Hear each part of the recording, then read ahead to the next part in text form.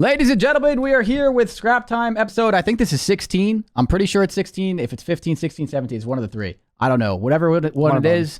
We got Drazah as our guest, the GOAT himself, the new member of Atlanta FaZe and now teammate of mine.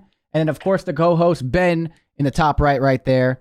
How are you guys both doing today? And everybody that's watching, welcome. How we doing? I'm doing good. I've been streaming for a bit today. I've been playing some games. I'm also just trying to enjoy this summer these days, Chris. You know, the weather is good here in Ohio. Just kind of trying to, keep things light and enjoy summer while it lasts before it gets fucking cold and fall lasts for like 2 weeks. Okay, nice. What about you, Zack? How you doing? Yeah, I mean, I was drinking a little bit earlier on stream, playing some Apex, playing some Mortal Kombat, just having some fun, trying to, like he said, enjoy the off season a little bit, having some fun playing some games. Nothing crazy. Yeah, I'm surprised you were playing something that's not COD, dude. I don't think I've ever seen that. It's rare. Yeah, they might. There's nothing to do when I wake up this early. It's 4:30 and there's just nothing to play. Like, I had to start waking up at like 7 p.m. so I get like the 7 p.m. to 3 a.m. shift. Like, yeah, because you like playing the chows and everything, and I feel like nothing happens during like the day for like what you're trying to do. Yeah, like you're not trying to play Warzone ranked or shit like that. Like you're actually trying definitely not. Yeah, you need to get the blood flowing, dude. Yeah, that's tough. Yep. I understand that. That is tough. All right. Well, Ben, you want to kick us off with the outline and you want to go down it? I'm down to start with you. You obviously can ask some questions and all that stuff. I'll chime in here and there with some of the stuff that I'm looking at, but of course, kick us off here, dude. Yeah, I got some. So the way we're going to do this is I got some like Atlanta FaZe questions, Roz, and then we're going to get into sort of your, because I think people have been done a lot of interviews about your past gaming history. I think there's some interesting things we talk about, and then we'll get to Rostermania. So for everybody in our chats, asking what we think about the rumored LA Thieves lineup that just got leaked. We will talk about that at the end of the show. So stick around for that. So let's talk Atlanta FaZe. Obviously, you ended the season with LA Thieves. Obviously, not the ideal ending you guys wanted. Kind of walk us through the offseason process on your end, starting with, being a free agent, deciding if you were going to kind of make things work with these and renegotiate, or you were going to walk, and then kind of talk through how you ended up on FaZe. Yeah, I mean, obviously ended LA Thieves top 8. Worst placing, so that super sucked. But going to the offseason, it was kind of slow. Obviously, I was talking to Optic for a little bit, but I didn't end up getting hit up by FaZe until probably a few days later. So closer to when like we were all free agents, like actually being able to be signed. But I mean, I talked to Optic and like I got the Optic offer. I had that one locked. I wasn't looking at any other teams really besides FaZe, so it was just one of the two. And I was kind of waiting on FaZe to hit me up, but it was pretty slow. I mean, there was like days where I was just waiting to hear back from Optic and hear back from FaZe. So, it wasn't too crazy for me. I just knew what I wanted. It was Optic or FaZe, and I ended up getting the FaZe offer later, and that's what I went with. Were there any other teams that hit you up besides FaZe and Optic? Like, I mean, considering. I had a quick talk with Boston, but there was other teams that ended up hitting me up, or I hit up. It was really I had my Optic offer, and then I was waiting for the FaZe offer, and then that was about it. Yeah, dude. The whole offseason thing was crazy too, because I feel like so much was like so fast with how a lot of things were going, because obviously all the announcements and stuff were happening, or like the rumors and the leaks and stuff. But like no one can do anything until like I think it was like the 2nd or 3rd of July. Yeah, like, 3rd, it was. So like I feel like so many things were moving, but like also at the same time nothing was happening all at once. So it was like so weird, like trying to make all the decisions and everything. Obviously, like from our end before we picked you, like you'd like just trying to figure out like what the hell everyone wants to do, what route we want to go down, like what role we're looking for and all that, and then obviously we went from there. But yeah, dude, that was the weirdest, like. Not really super long season, like off season, because like we got it done pretty quick, but at the same time it felt like months. I don't know. It was the weirdest one out of the 4 that I've been a part of so far. That is for sure. Yeah, and I that was like kind of my first off season, like kind of ever, because I had my MW team already pre-signed, got my +1 picked up by LA Thieves going to Cold War, and then after that they already told me like, yo, you're playing with Ken next year, like you're good. So I wasn't even like, I think New York. I talked to New York at one point in the going into the Vanguard year, but I just wanted to stay with LAT. So I'd never really been in a Rostermania, so that was kind of interesting for me. It definitely was pretty slow, and I think like waiting until the 3rd to like sign anything, which makes sense obviously. It definitely like there's a lot of like like I wasn't really in it this year, but I feel like there's a lot of fake teams being made, where it's Yeah. like people are multiple teams and there's multiple ideas for teams, and waiting until the third to actually be able to sign people. I guess it gives you a little bit of time to like guarantee like who you're going to be on, but definitely can have some fugazi in there. Yeah, a lot of people change their minds, like after like you have a team like, all right, this is what we were thinking about doing, and then someone's like, I don't know, I kind of want to do the it's like, oh, here we go again, dude. So yeah, no. Yep. Finally, when that day opens and everything actually starts like getting signed, it's also like offers and contracts and all that other stuff too. That also plays like a huge part of it. Yeah, like it makes it a lot different than how it used to be back in the day. I didn't even realize that was your first like technical Rostermania for you, because you've like, always been on. That's what I'm saying. Yeah, I've been on LET, like guaranteed basically. Yeah. So you signed a new. So you had started Mono for 2019 on a 1+1. So after Cold War year, had you during the Cold War year signed a new deal, or were you a free agent after that season? So I was a free agent going into that off season, but I was already basically guaranteed. So I I just basically just signed a new deal, another 1+1 going into Vanguard. Okay. And then it got picked up obviously going into MW2. Yeah, it'd be but that's how you were able to talk in New York, because you were a free agent. You were just like I was talking to them briefly, but I wasn't really. I was just talking to them to talk to them, kind of trying to get some reps on their skin. But that's fair. I mean, because they were a fucking mess after that Cold War season. I think the team was like, I think it was gonna be like me, Nep, Clay, Krim. I think was the team going into it, but I was like already guaranteed. Yeah. Oh yeah, true. I forgot about the Clay start. Yeah. I think that then I think it was gonna be with Nep. I'm pretty sure. I think was their team Nep, Paco, Krim, Clay, or who was their New York team? They had Hydra. That's what it ended up being. Yeah, that's what it ended up being. So they were gonna pick you over Hydra in that sense, and then you would have had Neptune. It could have been Hydra. It could have been Hydra still. I actually don't remember. I feel like it has to be Hydra. It was one of the two. I don't. Did Hydra play the year before that in the league? Yeah, he was in Cold War. He was on the York Cold War. He like came in halfway through. It was probably gonna be me, Paco. Yeah, it had to be. Then. I feel like it had to be because Hydra played really good in that Cold War season. Yeah, I was trying to imagine. Yeah, they got a second. That would have been good entertainment, but obviously that didn't happen. We'll get to Cold War Vanguard stuff later on this. So a couple other kind of easy off-season questions. I think you talked about this. I don't really want to get to the FaZe versus Optic stuff because I don't. Yeah. I asked this question to you yesterday on the flank, and you said what you said.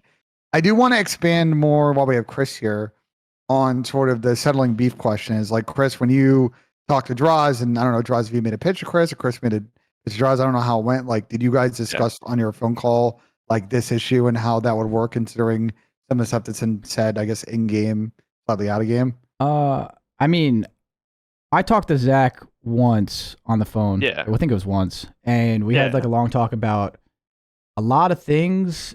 Not really much of that though, to be honest. But the reason why like I didn't fully like go into it is obviously we still had to make sure it was like official. I didn't want to like get down to like the whole like everything that needed to be talked about until like I knew it was like going to happen.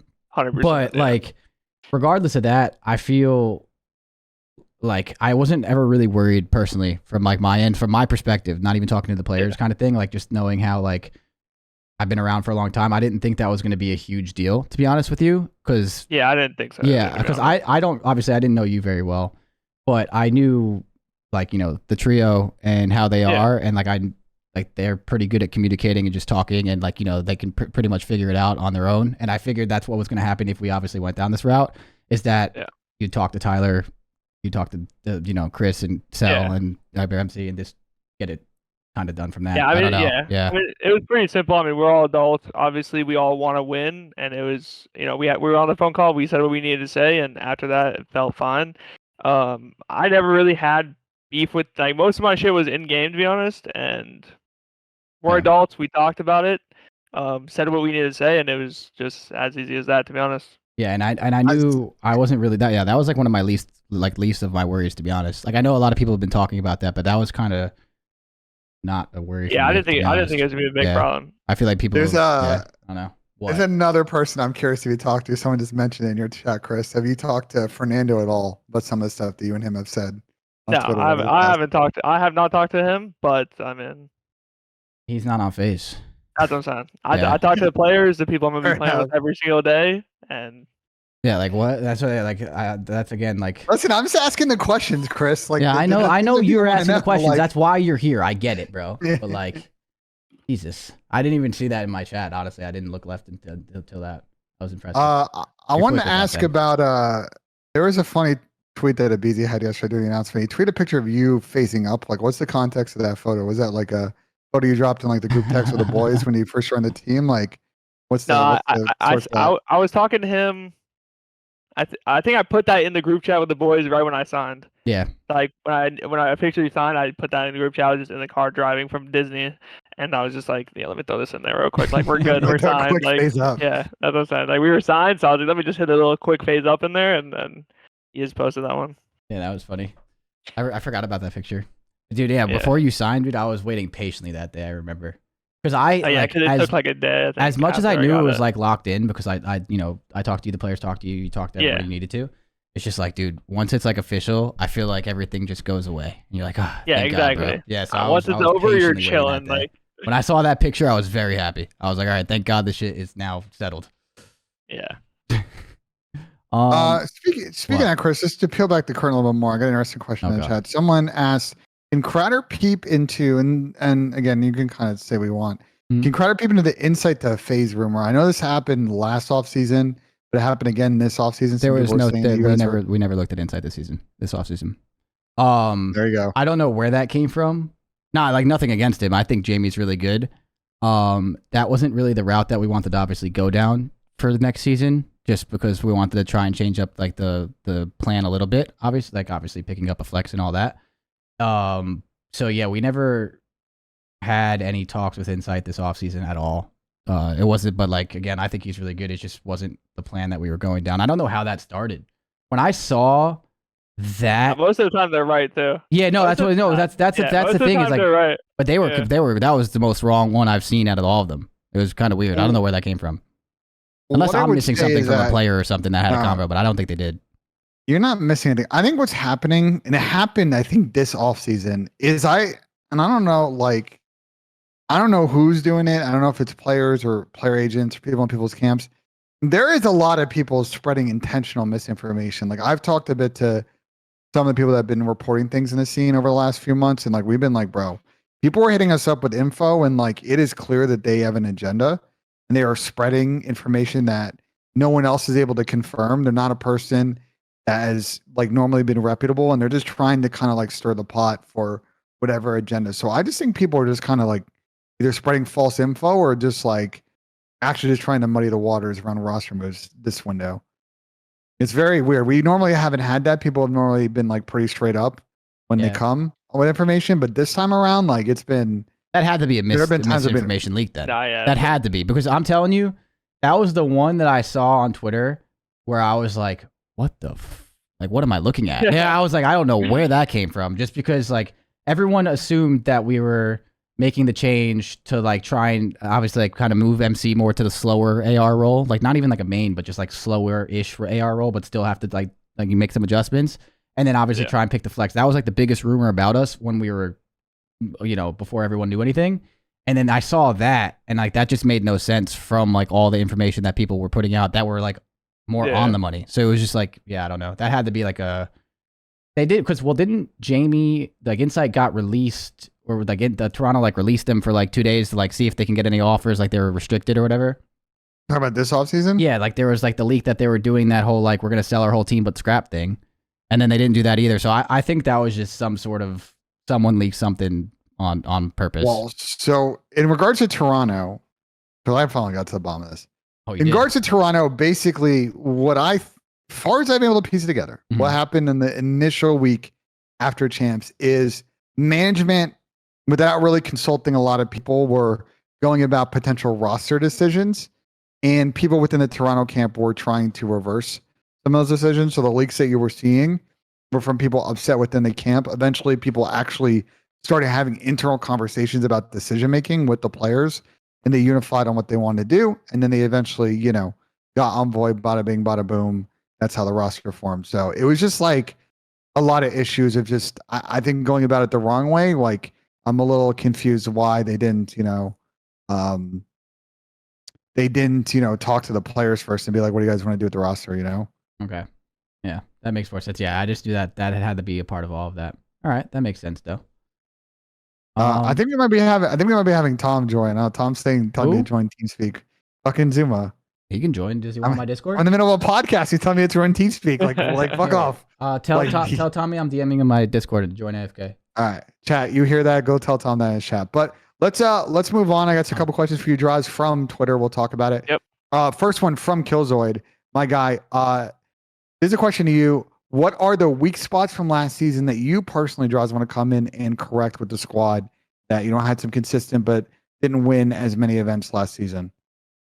I mean, I feel like in the beginning of the year, our S&D was pretty bad. We obviously fixed it up later into the year, so I think coming to this year with FaZe, I think our S&D will be fine. But I think the biggest thing is just hardpoint and making sure that our map pool is big enough, because that's why we won Champs of Vanguard, is because our map pool was insane. Our hardpoint map pool was insane. We were playing Gabatu or Berlin. And I feel like this year we had our Mercado. I was talking about it briefly yesterday, where I feel like we were probably the best Mercado team in the game, and all the top teams just vetoed against us, and I feel like it fucked our veto, like it fucked us up. So I feel like coming into this year with FaZe, I think just having a big map pool in hardpoint is going to be like the key to success. Yeah, and I assume you agree with that. Go ahead. Sorry. Well, yeah, no, I mean everything he just said is spot on. Like obviously your map pool needs to be big. You have to have all that stuff too. And I'm pretty sure, was that question worded in the sense of like what he wants to? I want to make like what he wants to fix on us, like on like the now joining. Yeah, that as well. Okay, that's what I thought. But yeah, no, I think it's like, well, a lot of what he said is like having the hardpoint map pool and all that stuff, and is going to help. S&D is going to be really important. Austin was really good at S&D. So is Zack, and the trio. The trio has always been very good at S&D as well. So that should be something that is a pretty good fit. And I guess for answering it on the Atlanta side, like I mean, I think our biggest thing right now, without going like super like far into it, is like the hard point needs to just be cleaner on the teamwork side of things 100%. And getting people more involved and people in the right spots at the right time, and having, again, I want to open up, we talked about this a little bit, Zack, but I want to open up Chris a lot more into doing what he's supposed to be doing more, and that's going to take some changes from everybody on the team, which everyone obviously knows that's going to happen. Like everyone is already expecting that, and when the season starts, we'll obviously talk about that way more. But for now, like I think that's the biggest part for me. I mean, Zack, you can go ahead and say what you think you want to fix or whatever, but I think that's a big thing for us. I think if we do that, I think S&D should click pretty well, and then I'm not worried about S&D. I think our S&D is gonna be fine. Obviously, I'm not sure what your guys' control was this year. It was horrible. Control is the same thing though as like what I'm also saying with hardpoint, like getting people to do the right shit at the right time, like that. Like, it's more respawn, but I think pacing was one of your guys' big problems. So I think that will come. I think we'll come in pretty hot, and I think we'll mesh really well, like pretty quick. So I think it's just focusing on hardpoint, about like kind of playing more of the perfect COD and trying to make sure that everyone's doing the right things at the right times. We're bumping through hills. We're on the same page. I feel like being on the same page is the biggest thing. And I feel like, obviously, I'm playing with 3 insane players. And when you're on the same page with the rest of the team, it's as simple as you can win games off people's individual skill when you're on the same page. And it's a lot harder to do that when we're on different pages, because then, not multiple people can't pop off. And if we're playing correct hardpoint, I mean, this works for any game, but if we're playing correct hardpoint, you can only have 1 or 2 people fry. Even just one person can take over a map. I feel like for our LAT team, like there's multiple times we would get outslayed and still be very close, if not win the map.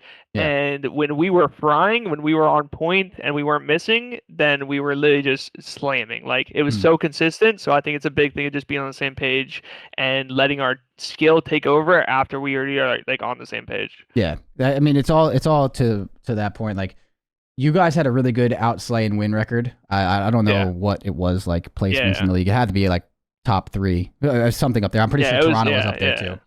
But my point is like I want that.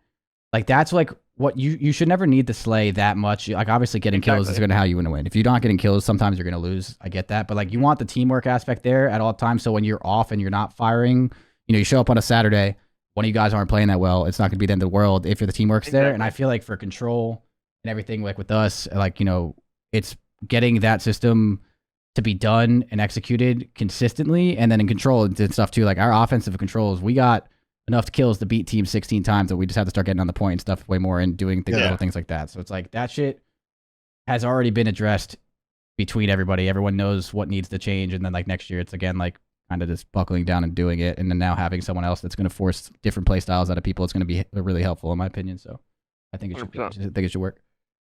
That team is not it, bro. That team is not it. What team is not it? Tell me, brother, what's going on? What's going on, Tom? What are you talking about? You talking about Atlanta's not it? That's crazy. Like these, bro. We're not even talking about LA teams. The fuck are y'all talking about? We're talking about freaking Atlanta FaZe right now. Hi, Tom. Welcome. That team's it. That team is it. That team's it. Thank God. Dude, Tom is coming in full speed, and we're recording a podcast. This rumor. We'll get to LA. We'll get to LA Thieves in a minute, Tom. Thanks for joining us, by the way. Yeah, welcome to the podcast, Tom. It's a pleasure to be here. Oh, you guys are on a podcast right now? Yeah, we're doing a podcast right now. Welcome. You're on scrap time. No, listen, now you can't leave now. Now you're on it. Now you're fucking here. Now you're on it, dude. You told me I was on a fucking podcast, bro. Well, listen, dude. I asked you last night. No, what the?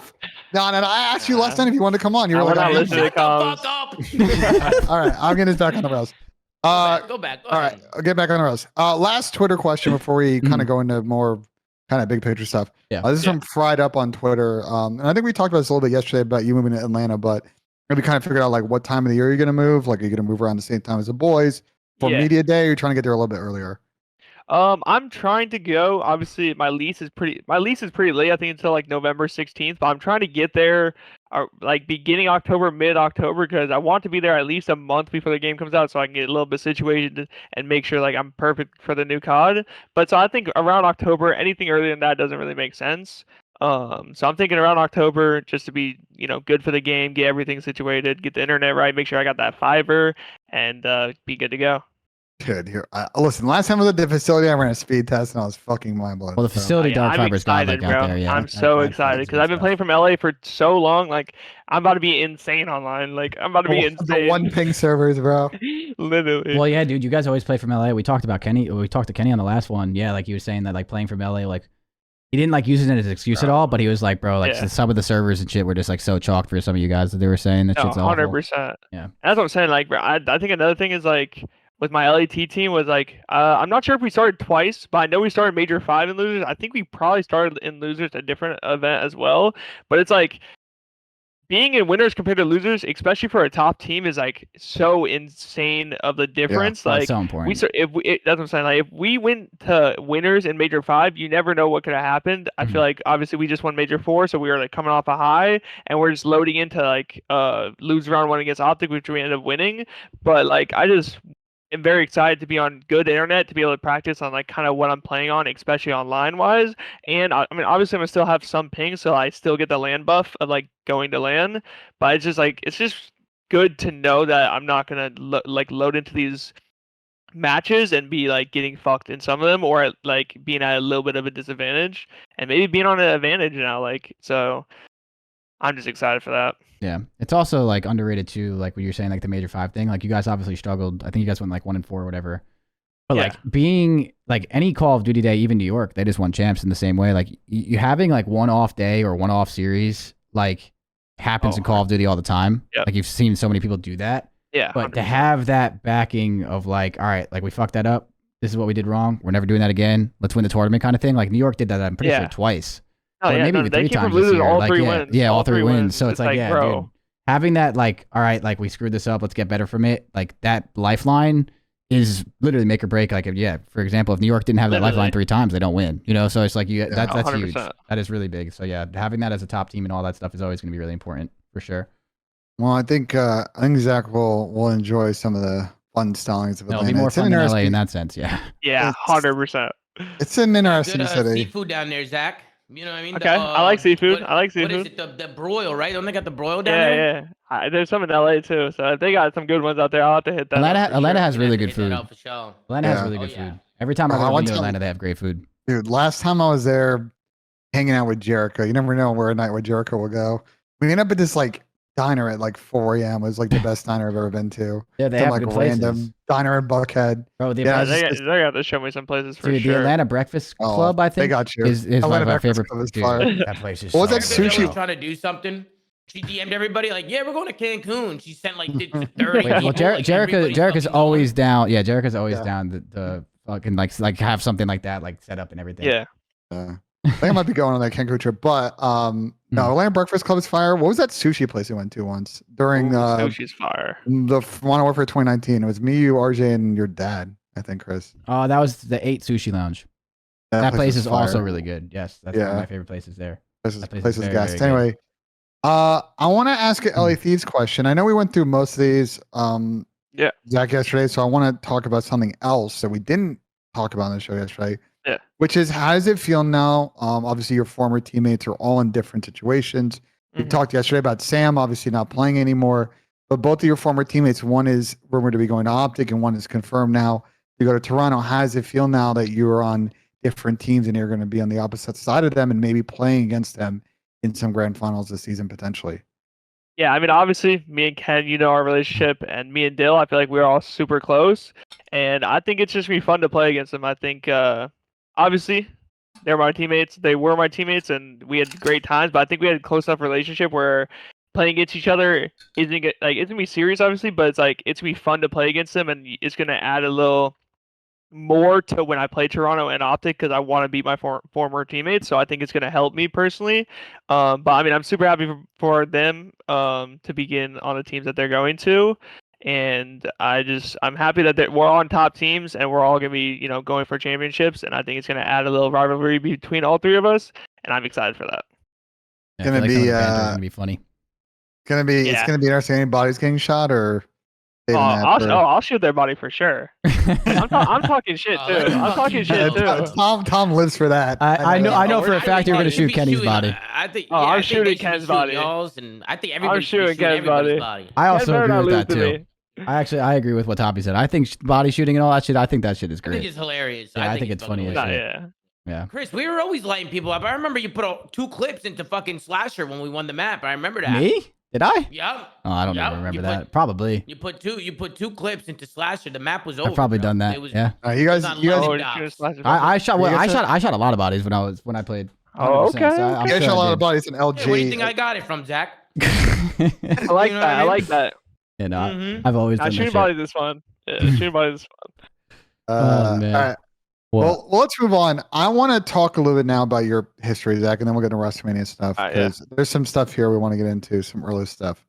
I think you have a very interesting story. Some people may not know this, but you're not necessarily from the mainland U.S. You grew up in Alaska. Talk to us a little bit like that was like playing online Call of Duty and having to make the life decision, to play in challengers, to move elsewhere in order to actually get good connection. Yeah, I mean, it's way worse than LA. I was playing on some crazy internet. I had a generator at times. I was playing in there's some crazy stories about Alaska, but I mean the internet's horrible, especially when you're getting a host fucked from east. But luckily the person I was playing with mostly was in Seattle, so we both kind of were West Coast, thank God, because if I had a duo that was East Coast and I was in Alaska, we were gonna be fucked. So luckily he was West Coast, and I mean it was winter out for 9 months in Alaska, so I'm not going outside, so it gave me the time to play games all the time, and I ended up playing Black Ops 3 for I started playing COD in 2016, started playing dollar wagers, and then I ended up playing I'll play the first month or two at the beginning of the games of World War II, BO4, shit like that. But come to this off seasons, kind of how some people still do to this day, like Cold War off seasons and whatnot. I was playing Black Ops 3, and that's where it kind of let me know that I was actually pretty good. So I was playing Black Ops 3 for 2017. I played Black Ops 3. 2018, I played Black Ops 3, and 2018 is kind of when I was playing against Illy and Rallied and people like that. And I was probably the best Black Ops 3 player. Obviously, it was an old game, but that's kind of how I see even Cold War now. How there's some players who are really good in Cold War 8 right now, where it can kind of get it into getting into challengers and getting into the pro scene at one point. So that was kind of my lifeline to figuring out how I really wanted to become a pro and everything. And then I ended up getting a job for a month. I ordered a PC to my duo's house that lived in Seattle. I never left Alaska before, and I ended up moving out there and went and lived with my best friend to this day. So I lived out there for a little bit, and then I ended up moving to Texas for about a year, and then I got picked up by OGLA. You're talking about Optimum was your friend in Seattle, right? Yeah, my boy Optimum. I've literally never left Alaska. Worked a job for a month to order a PC. I ordered a PC to his house before I even went and met the guy.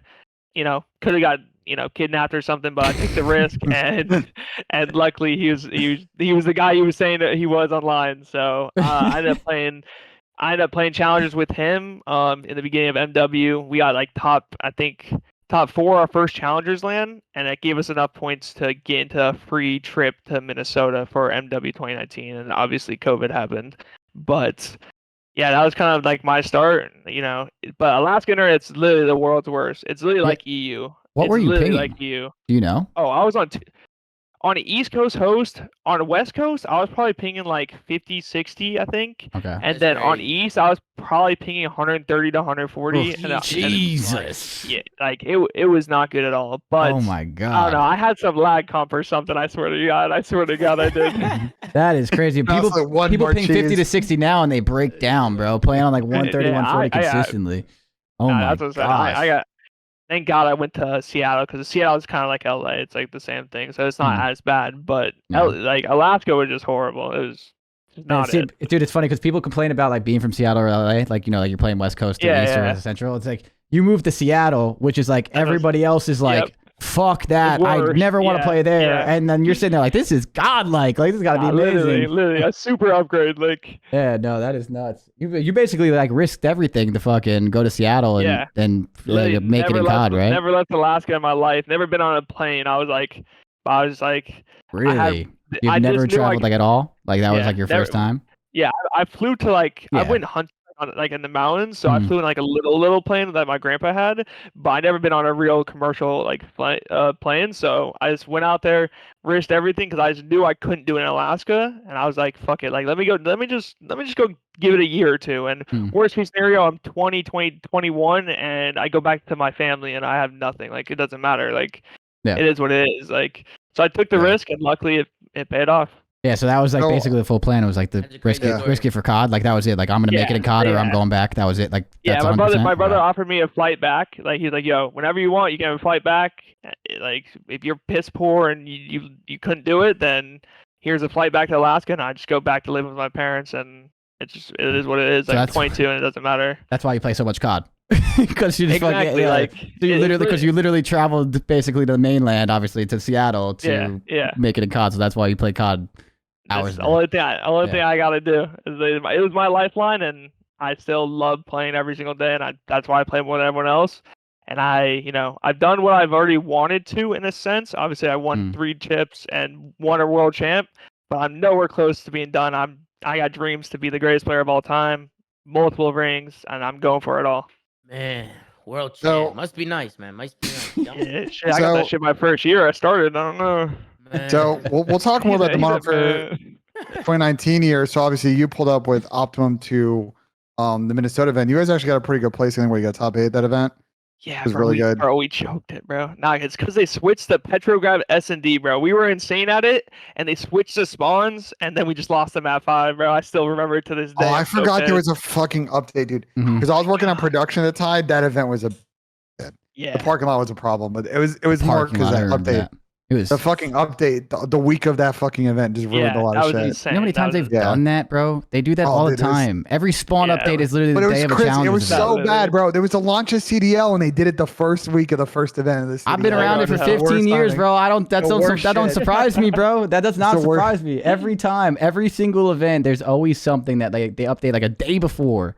And the pros are lucky enough now to have like the CDL build thing where they can like play on older patches. Yeah. But I always feel so bad for some of the challengers players that like change the spawns and stuff. Same. I think they changed it.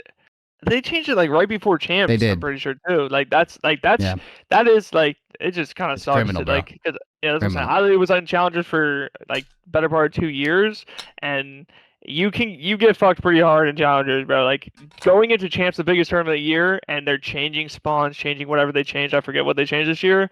It's just like. It happened again this year. To be honest, that's what I'm saying. Before the pro-am, they played on a new update that week. Like, dude, actually, I feel so bad. It's insane. It's but disrespectful. You obviously got top 8 at that, and then people may not know this, but it's actually not your first appearance under the Atlanta FaZe banner. You did actually play. I looked this up, and I completely forgot about this. I talked to RJ about this earlier. You played a 1K with Tom Grav and Juan, with Sib and Chris, aka Parasite. So like, was there ever a conversation about like getting on Atlanta FaZe Academy after that? Like, time you had filled in, because I know they were going through roster changes. This was like before Atlanta.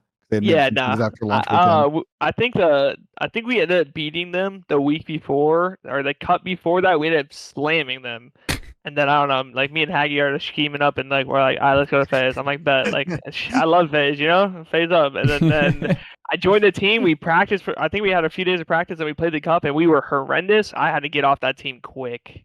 Yeah, I remember. I feel like I remember when Tom told me about like the change or whatever, and like I thought you guys were gonna be pretty good when he told me about it. Like I don't remember much, but I do remember you guys like not doing nearly as good as like what you were supposed to. Like, that's what I'm saying. Well, that's what I'm saying, because I kind of left the team that I was like, I think I might have got a second before that or something.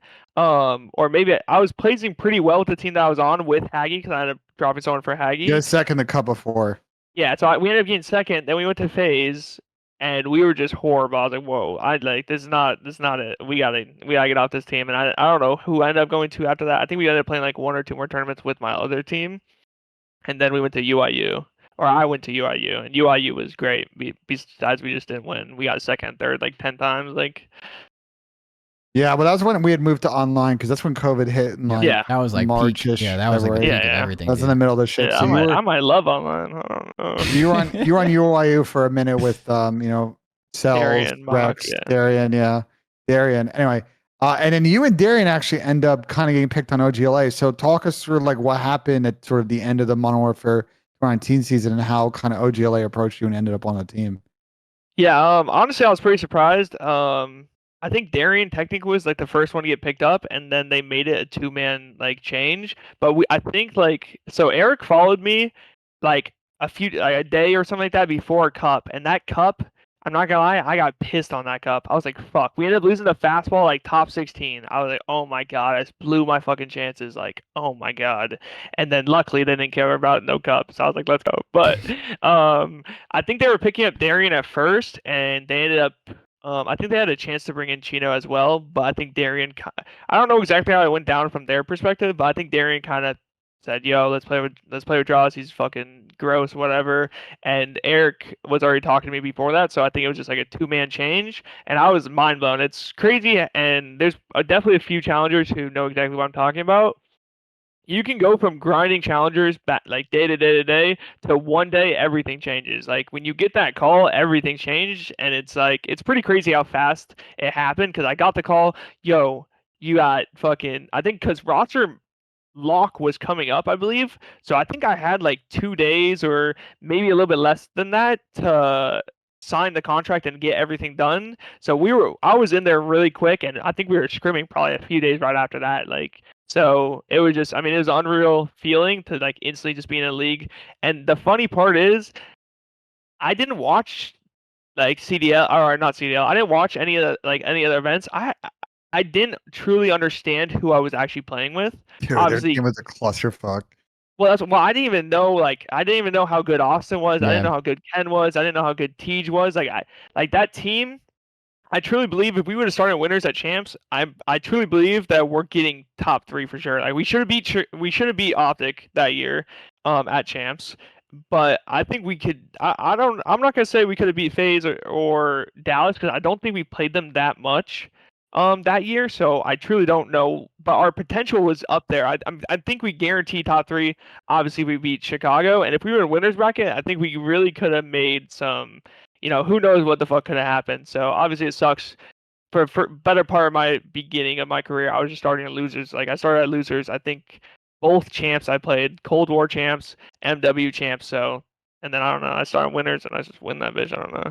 Yeah, I mean, that was really quick. You guys turned around that Optic team, because like what Ben said before, you said like it's funny that you didn't realize how good obviously Kenny, Austin, and TJ are were at the time too, especially like, bro.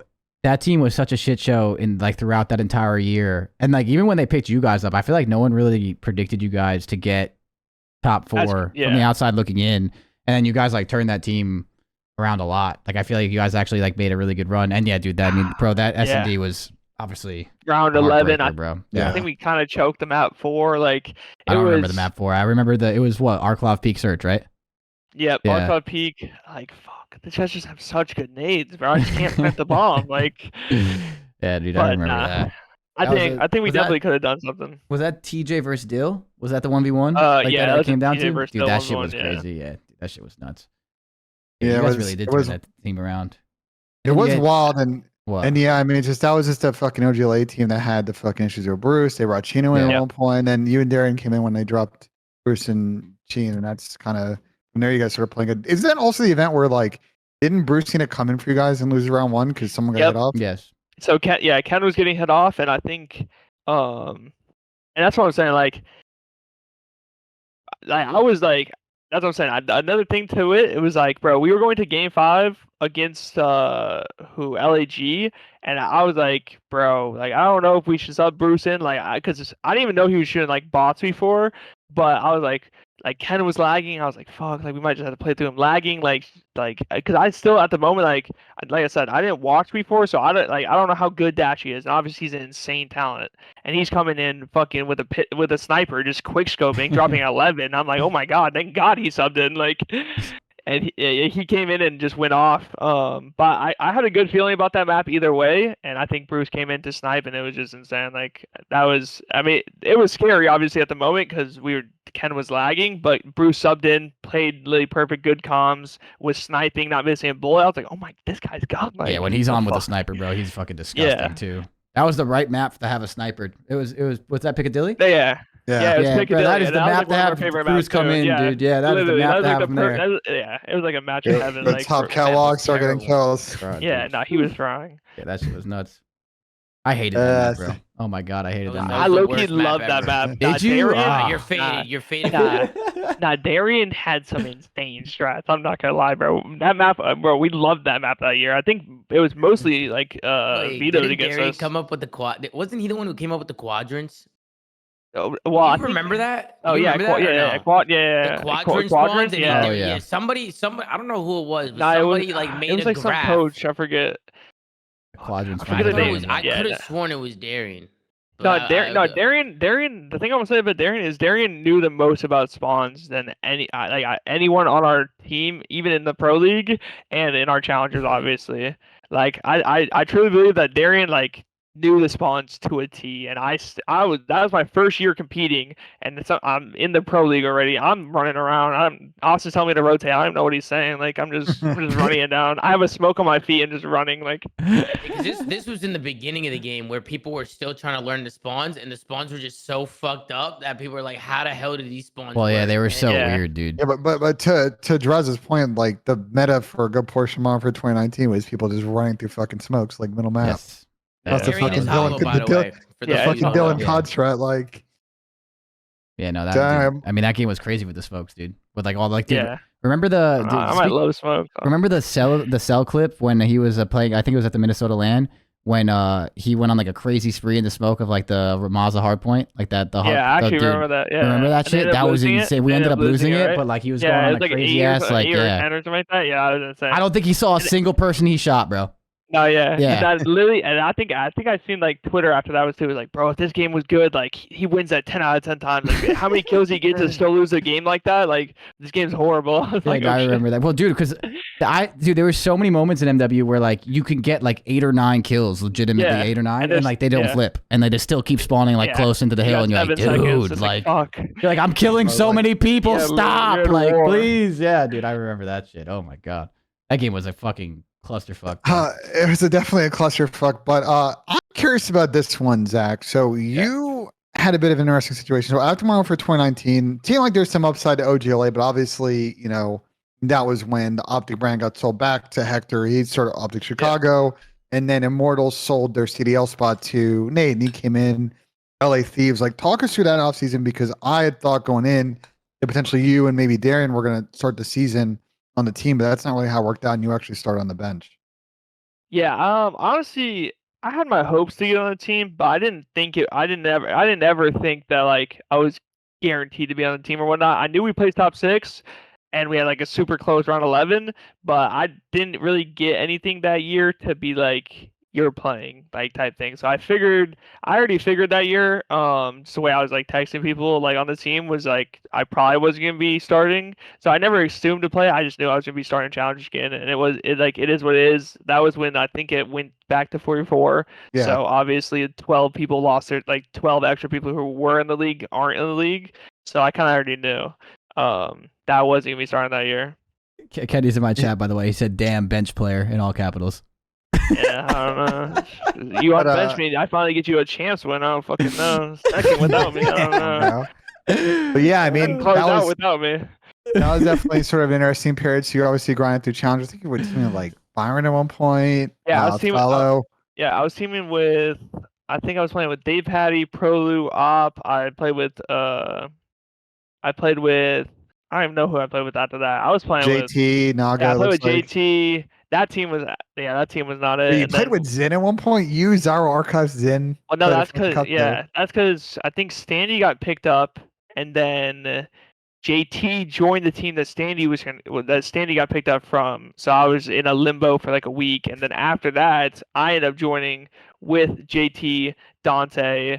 I'm trying to think of who our fourth was. Oh, so the Fantastic Four team you're talking about. Yeah, who was the fourth? Probably you. It would have been you, Dante, JT, and Dave. Oh yeah, it was Dave, and then we ended up. Yeah, I actually was winning like kind of everything that year. I won like I think we ended up winning like me, Insight, because I had played with Insight that year. Me, Insight, Twerk, and JT won a cup, and then we won like the 40K Open, and that was right when. So the LAT team obviously weren't playing good, so we went back to back, and then I ended up beating Venom in a tournament. And I was like, okay, this is like guaranteed I'm in the league. Like they're about to replace someone at LAT. It's gonna be for me, and we're good. And then they ended up picking up Los. I was tight. I was like, bro, you got me on a contract already. And they come pick up a different challenges player, put them on a team. I was like, there's no fucking way. There's no way. They had a lot of faith in him too. I remember that there was a lot of talk around Venom when they picked him up at that time too.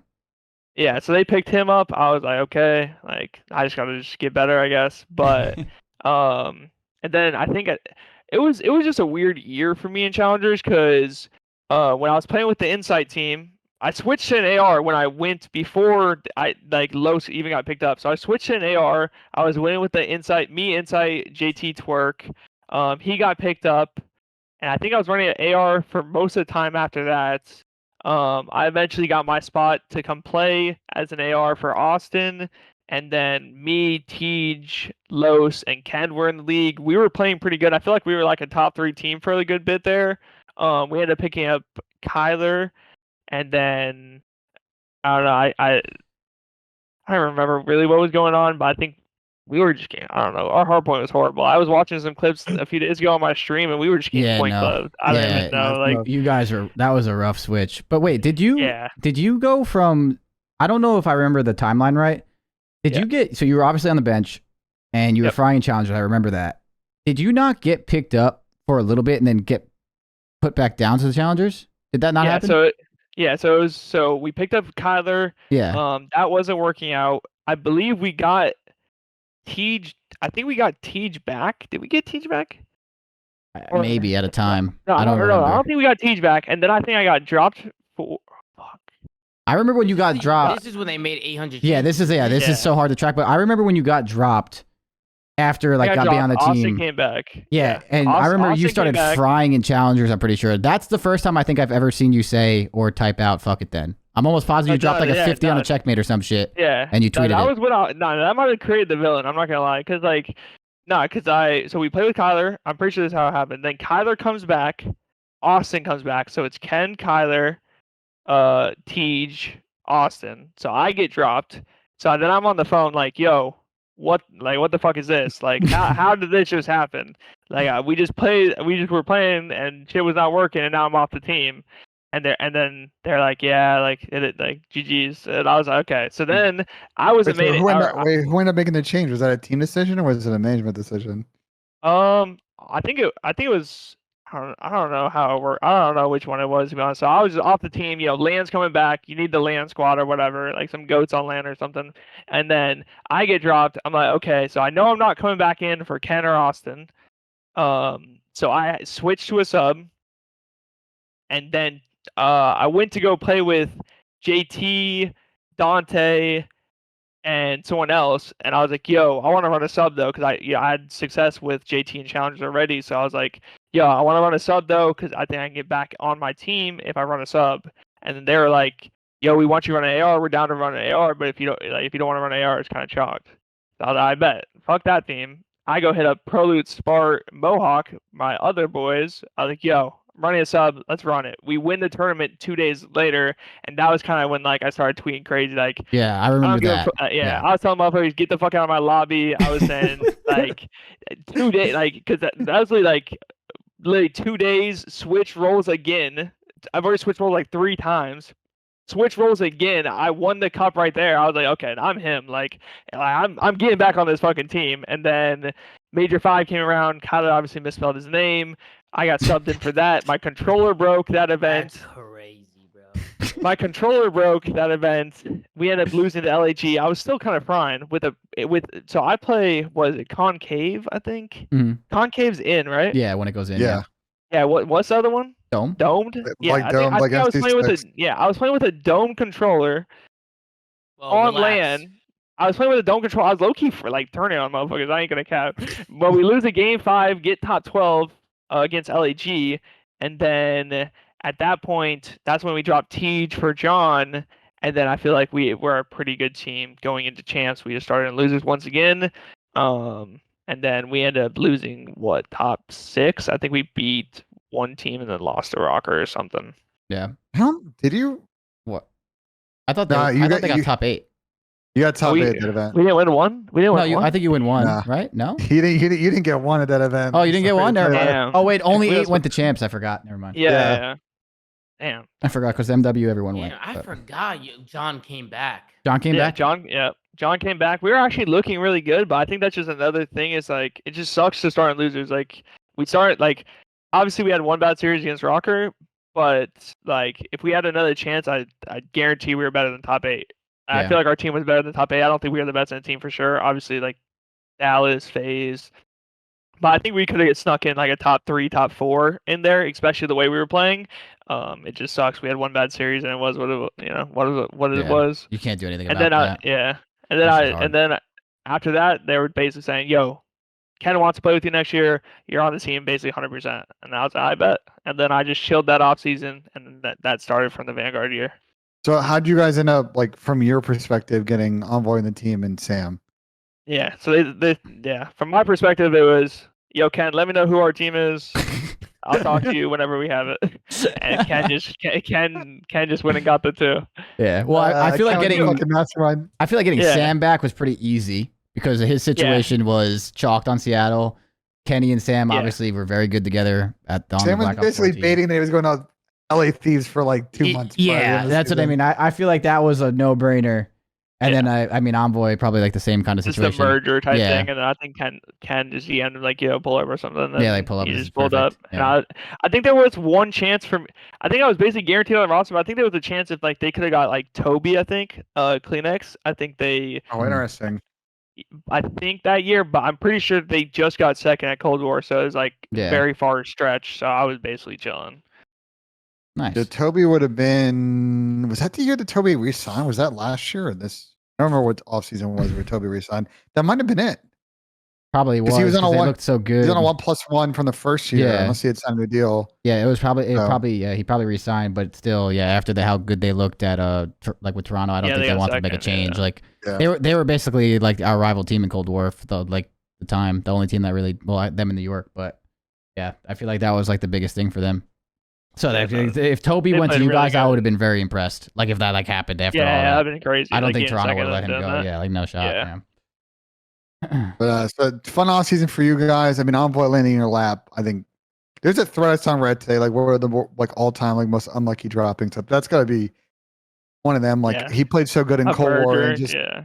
it's the product of the merger. And it's like they're gonna choose Ant over him. It's like kind of a tough thing, you know. Mhm. Not really much you can do Yeah. about it. That's tough. I mean, that's just how it goes sometimes, especially as players. Like, sometimes you just doesn't work out. Do you think that kind of the situation of you and Ken having a really difficult year in Cold War, Sam basically having two, excuse my language, shitty years in Seattle, Yeah.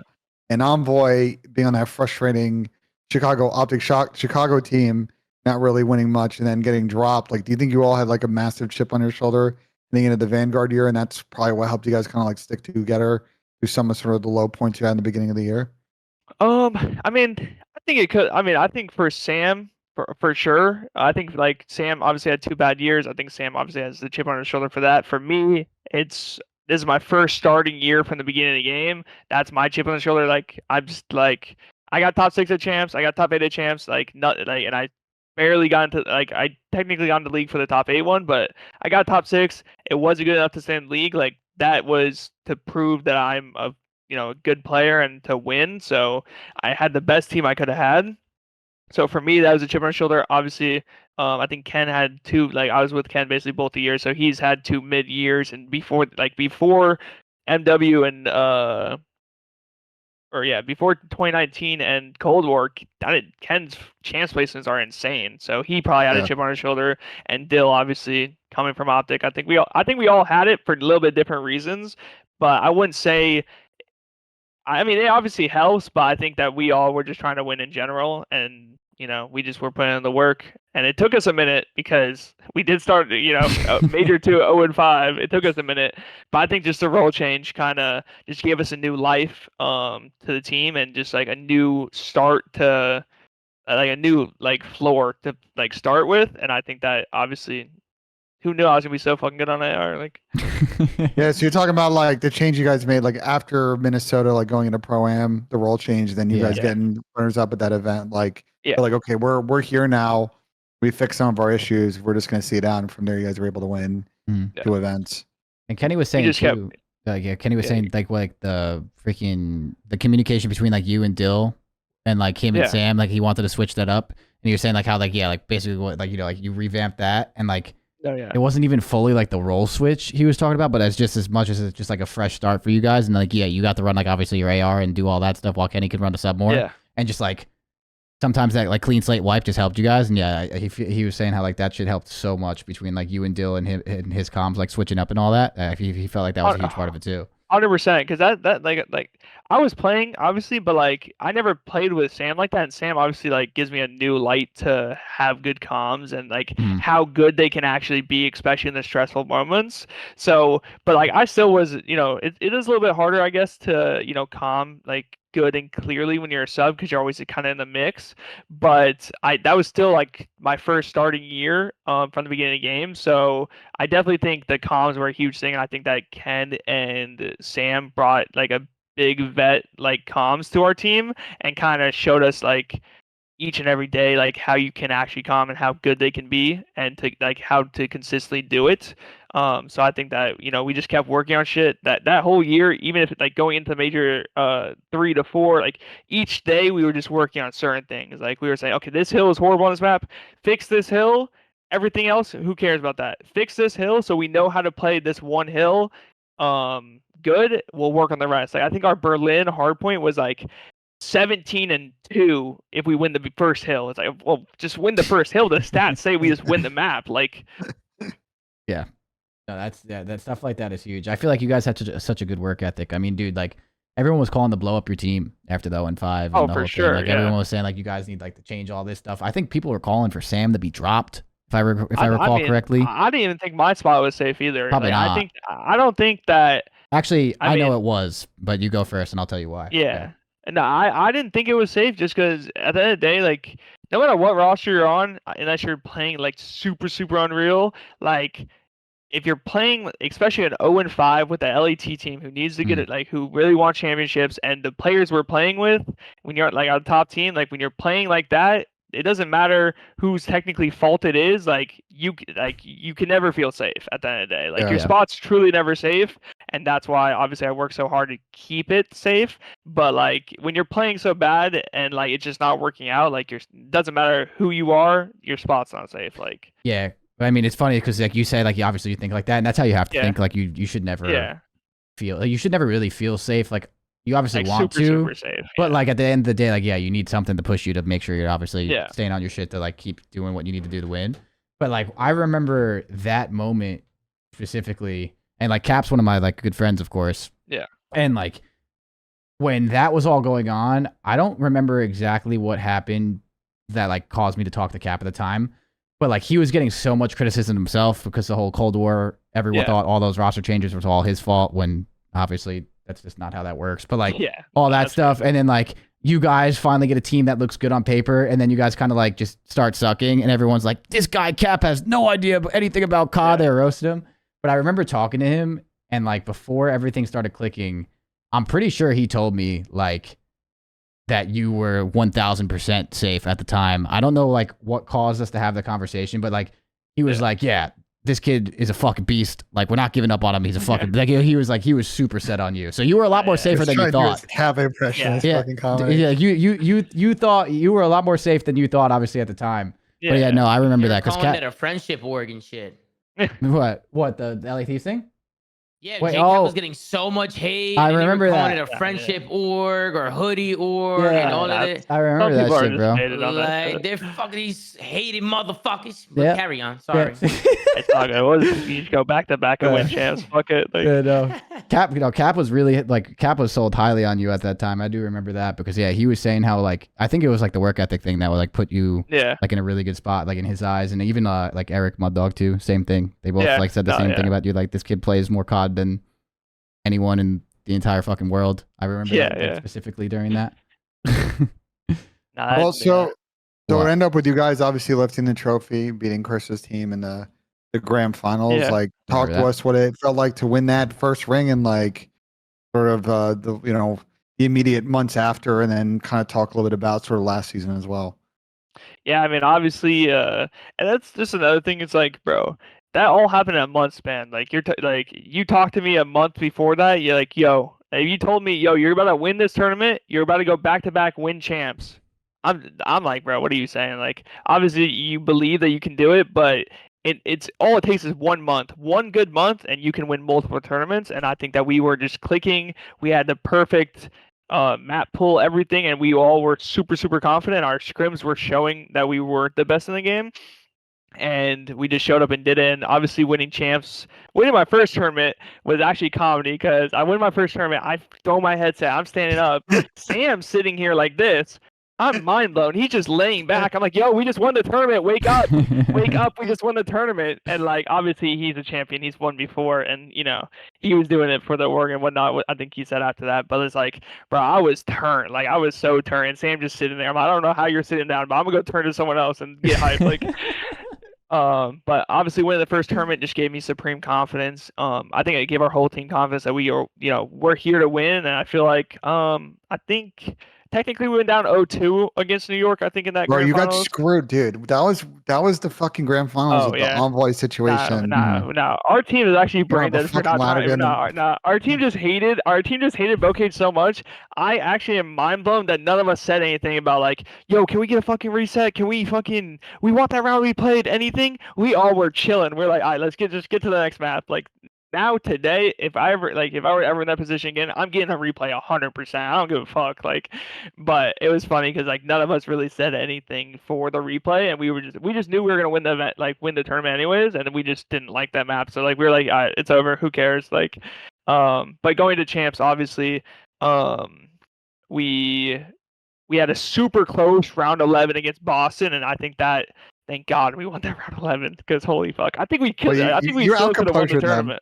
You outcomposed them because I famously talk about this round. Tom and I, there's a video somewhere of our reaction to that round 11. It might be one of the funniest things of all time. Tom and I broke down. Wait, well, there was a lot of crazy, but Boston was terrible in the clutch. Were they not terrible in the clutch all year? I think that they just really didn't make too many plays. Like, also. The crowd was insane that round 11. They're screaming, LA Thieves, Boston. I can't hear my teammates talk. I'm locked on my screen because I can't even hear anything. It was so loud. And I was just praying not to get sniped because like 2 rounds before I got sniped by TH. I was like, please don't fucking snipe me, please. And then I dodged some nades and they waited like super long. And I was like, yo, they have to hit down mid. Like I'm really on the god heady looking at this. Like they have to go mid. And then I think all the kills kind of just went to our favor. But I mean, the first match was super sketchy. And I think that's like the first match is obviously like the hardest every single time. And once we won that match, we were frying. I think we played Optic next. We 3-0'd them pretty quick. And then I think we played FaZe in winners finals. I think we beat them 3-1 and Ken went insane like map 4 and like we were like by that time, like after we beat Optic and then we beat FaZe in the winners finals, like when we were sitting in grand finals, we already knew like it was like we were gonna win it. And then we obviously started off like super hot. And we just had such a good map pool that it's just like there was just no way for us to lose. Like our map pool was insane. The way we were playing insane. We were playing with full confidence. We had everything proven before that we're gonna win, and we just played like we normally play, and we just won. Like, but obviously winning world champs is the greatest feeling you can have as a player. And that's what I'm dope seeking for next year. Like I'm going for another championship ring. But yeah, I mean it's a dream come true. But I just want more. I'm just selfish. Like I just want fucking more. Like, and then going into the MW2 year, Major 1, we got like top 6, I think, kind of mid. Major 2, we hit an insane losers bracket to get into grand finals. I just think that they were just way better in S&D. We literally just got Nezla. Like, yeah, they we had were the way better control in on S&D on you guys. Yeah, that's what I'm saying. You guys have control on S&D, and my S&D wasn't there yet. And that's kind of that event actually made me be like, yo, what the fuck am I doing? Why am I not playing 8? And I like sparked the Major 4 S&D out of you, right? Because you played really good at Major 4. No, yeah. 100%, Bro, yeah. I talked to Paul X like after that event. Like Paul and I were chatting. Paul's like, dude, I've been talking to Drazah, and Drazah's like, fuck this. Like, I need to get better in search. I'm fucking grinding. I'm be 10 per. And like, you started really turning up in the game mode after that event. I mean, it's just annoying, and it's kind of that's the thing that I do and don't like about it is it's hard to get these 8s going, especially with pros, and it's kind of hard to get like S&D 8s going. And I feel like I don't think there was any really S&D 8s for Major 1 or Major 2, and I feel like I kind of brought them back, but I think it's just hard, and it's a good thing that pros don't play more S&D 8s in a sense, obviously, because they are probably going to be copying some of the things I do or learning themselves and getting better. But at the same part, it's like it hurts me when other people don't want to play, because that's how I become the best player I can be, by playing more, and that's what's worked for me my whole career.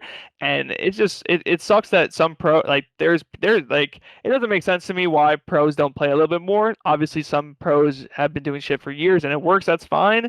But there's definitely players on the bottom 6 teams who should be in 8s half as much as I am, a quarter of what I am. Like, I agree with you're that. you're playing for your spots, and you should be trying to get better on whatever team you're on. But I just think it's a weird limbo of like it's hard to get them going sometimes, and I don't want everyone to play all day, but I want some people to play so I can play all day. Like, I don't want everyone to get as good, like play as much as me. People just don't have that. Yeah, I was gonna say, I don't think like no matter how much you say it, Zach, like because like even Austin like played a bunch of 8s last year, and like he always plays 8s too. Like there's it's a very weird thing where like I feel like most of the time there are players that have won a lot in their career without playing 8s all day. Like obviously like there are people that you don't need it. Like everyone's different, but like I feel like most of the time the people that do play 8s, SD 8s, and all that stuff, like extra games versus people that are pros and can actually shoot back and shit. Like I feel like those people end up being around the top of champs, the ones that win the most, et cetera, et cetera. Like I feel like it's always been so weird to me that you see so many people not play those extra games when like it doesn't have to be every single day of your life, but like 100%. Even a couple times a week, like what you said, the bottom 6 teams, a lot of the times, a lot of the players aren't playing more than they should, and you're like, what the fuck is going on? Yeah, no, like can't shoot straight. No, but they can't. Well, sometimes, yeah, Tommy. But like, bro, like when you're in the league, I feel like especially though if you're bottom 6, I feel like, and that's not true. Rednecks played 8s all last year. But what's it called? like there's so many people like at the bottom 6 though that like shouldn't they be fighting for their spot? Because like kind of what I just said about Zack with Cap, that he didn't know that. Like a big thing last year was like, or when like in Vanguard is like your work ethic like had Cap basically say like this guy's not going anywhere. He was like I'm keeping this guy on the team no matter what. And it's like when you're in the bottom 6, like you're fighting for your spot even more than ever before. No, 100%. You're not fighting for your spot on your team. You're fighting for your spot in the league. In the league, yeah, like in the league. It's not your team. It's the league. Yeah. Like. But I feel like there's some teams in the league where they just know they're gonna like. There's some teams they just know they're gonna smoke. Like they just smoke them all the time. Like consistently smoke them. It's like a mental thing. Like well, that's the thing too. There was always teams we were playing that were like, bro, we've beaten these guys. We smoked LG like 9 out of 10 times. I was gonna say LG was like the team that y'all. But LG was godlike. But LG was godlike. They played 8s, and they all played and they all played 8s too. No, there's definitely a thing with that too, like where like your matchups like match up well and stuff. But like, I've just never understood. It's the same thing. Just like it's the same thing as like you don't have to. Like I'm not gonna say but the bottom 6 teams, the bottom 4 teams, play some 8s, you're gonna start beating the top teams. That's not the point of it. Yeah. But you're gonna have more highlight plays of situations or winning situations that you're not favored in, and people are gonna be like, oh shit, like this guy just clutched this, or this guy just did that. That was kind of insane, and that can give you offers to get on the top, top 4 or bottom. Like you can just get more offers and stay in the league longer when you're showing that.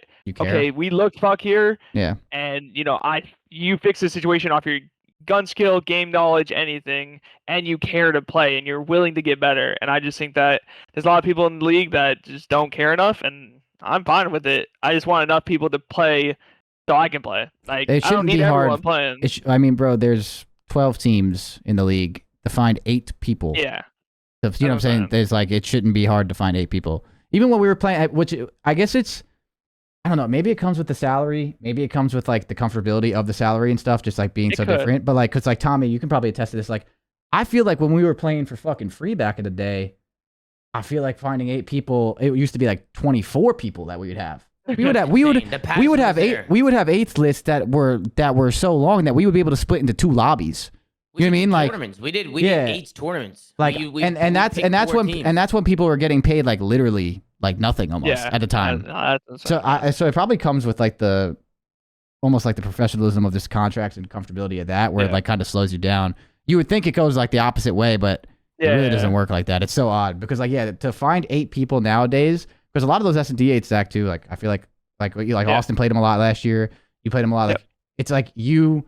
Austin, a couple people from certain teams, like I know Shotzi played a lot of them last year too. Some SMD8s, and then like some SMD guys that like you don't like. I don't know very well. Obviously, you guys probably know better. It's like how is there not? Yeah, I don't know. It's always been interesting, but I don't think that'll ever change because at the end of the day, I feel like there's always going to be people that just truly care more. Like, and for the most part, there's some people that are obviously walked the line that they've done very well without doing it, but like most people that probably should be playing extra, like just don't. Bro, I'll be honest.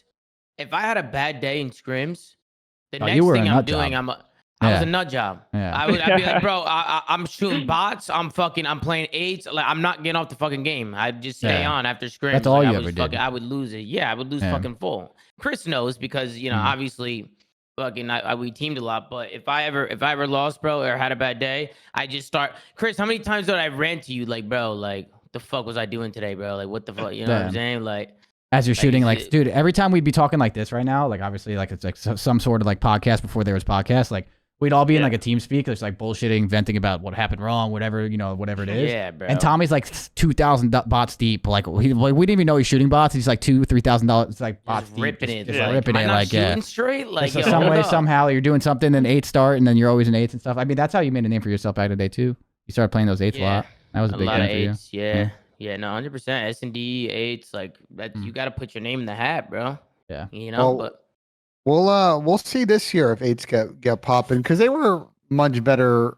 Towards the end I would hope that they get a little bit more. They got better at the beginning of the year, but I would hope that this year early they get kind of popping. So to your point, because I think even now, since some salaries are decreasing on some teams, it also. Yeah, but it also, not even just salary increase, it also just, a lot of people just don't like some of the newer games that have come out compared to, especially like the older players that have been around a little bit longer.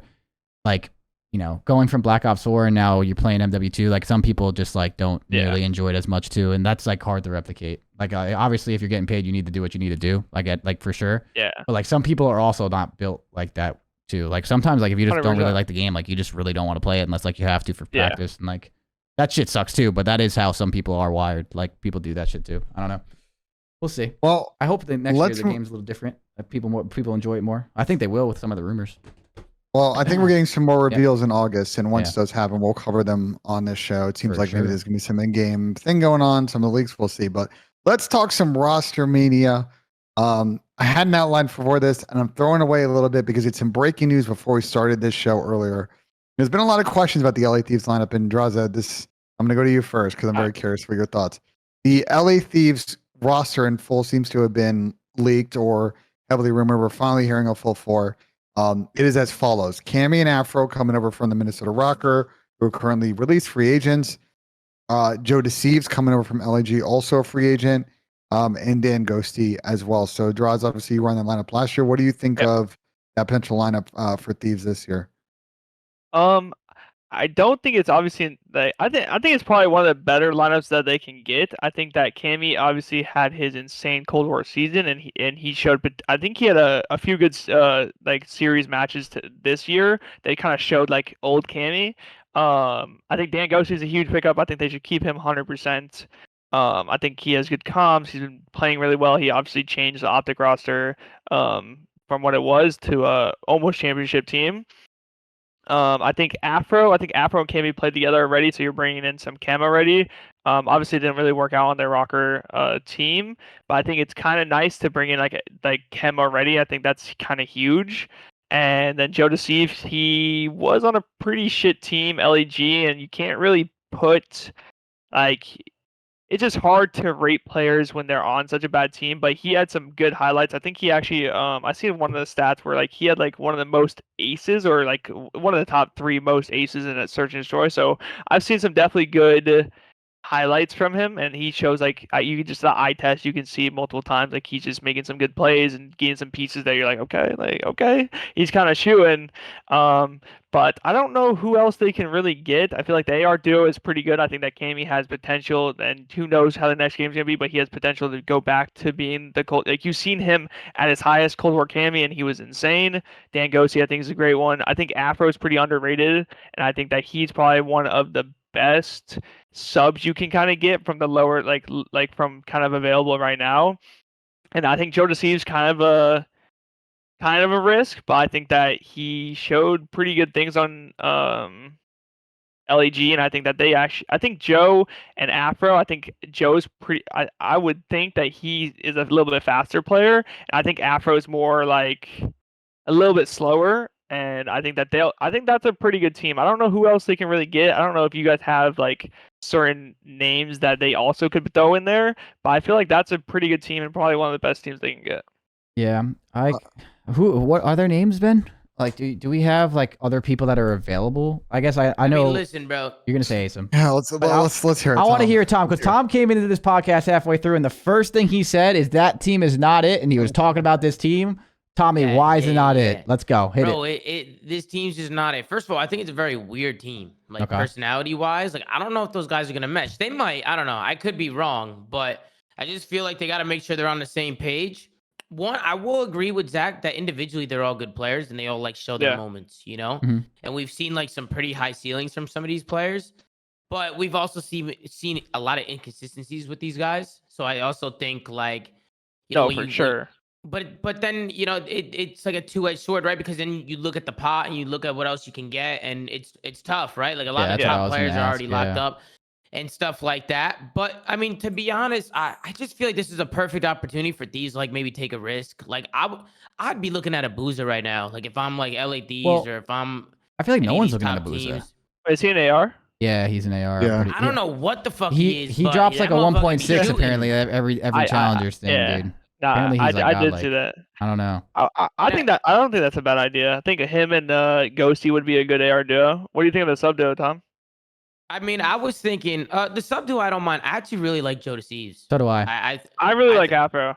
I think Yeah, Afro. I don't know much one of the about best Afro. I ones. can't tell because he's every time. I don't know. I can't tell with Afro. Like the eye test with Afro's there, but Yeah. I feel like he's never getting the results though. Well, like the results are never there. I've heard rumors about like when he got like dropped from Minnesota this year and all that stuff. Like, I don't know how true this is, but like, was it his attitude or something of the sort? I heard there was like some like question mark over him this year from like not like solidified stuff, but like my thing is like with him getting benched on that Minnesota team behind the scenes, I feel like what Tommy and Zach just said, like the eye test is there. He should not have been benched on that Minnesota team this year.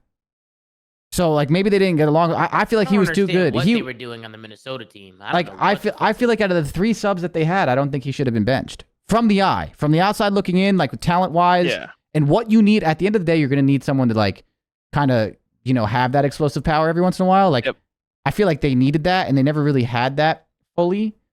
And like I want to say it had nothing to do with like his skill kind of thing. So like I feel like there's a question mark on that for me with him. And now I don't know if that's true, but that's like the only thing it seemed. And they also had that weird cryptic video when they dropped the video of like no one's trying in practice. Remember that? You remember that? Yeah, Ben? when they start off like 0-4 or they like not try in practice. I don't remember. Didn't Brian Saint come out in the video or something? They did a content piece and they basically said like no one's giving a fuck in practice or something. So here's what I've heard, which and I feel confident saying this on stream because I think I'm pretty sure it's happened. There are a lot of internal issues to the team. A lot of behind the scenes stuff that's not gameplay related. That makes more sense. That's all I'll say about it. It's not my business to go any further than that, but that was a massive distraction of the team last year, and they need to make changes to do that. I think they also clearly had an issue at times with not getting better in practice, making the same mistakes over and over. And I think that's what Brian and Dan were alluding to in a lot of those videos leading up to the change. But then they made the weird change with like moving Fame to an AR, and I don't know, man. I don't know what was going on in the Minnesota camp, but it seems like there's enough confidence, I guess, between Cammy and Afro that they want to stick it as a duo. They feel like there was some semblance of things they did right on that team. I just want to see confident Cammy. I felt like at times last year when he was on, he was good, but at times we saw like I saw a couple of Hydro maps where he was just like holding a preem and ruins on P1 for like 40 seconds, like just making plays we haven't seen from the type of Cammy and Cold War, who was just an absolute force, a weapon, holding down power positions, moving, being aggressive. I feel he's become a little bit of a different player at times, and maybe some of that is just Minnesota just kind of chipping away at it. Maybe a fresh start will help. I mean, listen, they have a good coaching staff at Thieves. I mean, Drazah, maybe you could speak to it. Like, you think Cap and Shane can kind of help revitalize the careers of some of these players? Yeah, no, 100%. I think Cap and Shane are probably like outside of obviously, they're definitely top 3 coaches in my eyes. Like, I think that's one of the best coaching staffs they can get. I think that Cap brings insane insight. I think Shane as well, and I think that they can. I think if there's any other team to like kind of bring in a team and try to bring them into a contender for the championships, I think it's Cap and Shane. I would say for the Cammy thing, I would say like because obviously Cammy's duo in Cold War was Insight. I would say like if I'm them, I'm probably saying, listen, Cammy, you got the green. You got the super green light. Go fucking rogue and give him like a month or something. Like, obviously, I don't know when the first tournament will be, but give him some time of him doing some rogue ass shit and trying to like see what he's actually capable of and let him test his limits and see like kind of what he can do. Because you already know Dan's gonna be soaking time. So I feel like give him the green light and say, yo, go rogue, go take some crazy chows and kind of try to get his swagger back for, trying to bring back that like glimpses of that Cold War. And then for the sub duo, I think that they can interchange Yo Deceive, but I think they should 100% keep Afro. I think that they should keep the Afro Cammy duo, and then keep Dan and interchange out Joe or possibly bring in Ibiza for the AR, but I'm not sure. Yeah, I'm just a little concerned about. I don't hate this team. I actually really like it. When Respawn, I'm a little concerned about this team in Search. Very funky S&D team on paper. What do you guys think? I don't know. I feel like Joe and Afro are pretty good S&D. And I don't know. I feel like this. I feel like they are kind of a weird team in game, or to see the names. But I feel like they would low key be like kind of nice S&D, like low key. Yeah. Like, sometimes the weird teams also click because it's not like. When you're put in a position where, like, like Tommy said, personalities might not mesh and stuff, like, when you get put into that spot, sometimes it helps you. It honestly does. Like, sometimes when you're not, like, fully, like, super comfortable right away, like, sometimes that like kind of helps you like click because you're focusing on other stuff, and like I think that stuff will help. I think this team, even in search, could kind of weirdly be pretty good. I think the biggest thing though, on top of like what I was saying, like I think with Afro, like that was just a question mark for me, but with Joe Deceives and Ghosty, I'm so curious to see how Ghosty plays this year when he's not just being the guy that sits in the hill all the time. Like I think he's so much better than what he was doing for Optic. Granted, he did it for Optic because that was their win condition, and he played it really well, and like that shows you how good of a teammate he is. But I think Ghosty is much better than what people even think right now. So I'm very curious to see that. And I think with what Zack said about Shane and Cap, I think Joe Deceives is like perfect for someone like them. I think Shane is really good 100%. at keeping. I think Shane is really good at keeping like environments pretty just in good vibes. I've talked a lot to Shane, and he's a really good dude. And I think Cap's obviously one of the brightest minds in COD that you can really ask for. So I feel like this team could click. I think they'd actually be a little bit better than what some people are thinking. But I think to get the full potential out of Deceives here would be like huge. I think Ghosty's going to be better than we think. Yeah, Sam. And I think if you can get the full potential out of Joe Deceives, I think he can be really good. And it's hard for me to judge him off of LAG because that team was such a fucking shit show that like it's hard to judge anyone off that. So like, yeah, I think this could be pretty solid. And I do think coaching staff can bring the culture together. Well, I've always said this, like, listen, bro, coaches aren't playing the game for each other. You know, we've talked about this 100%. forever. But at the end of the day, though, I do think like the culture, the practice, and all that stuff is also really important. And I think that is huge. And I think that's what Cap and Shane are also very good at.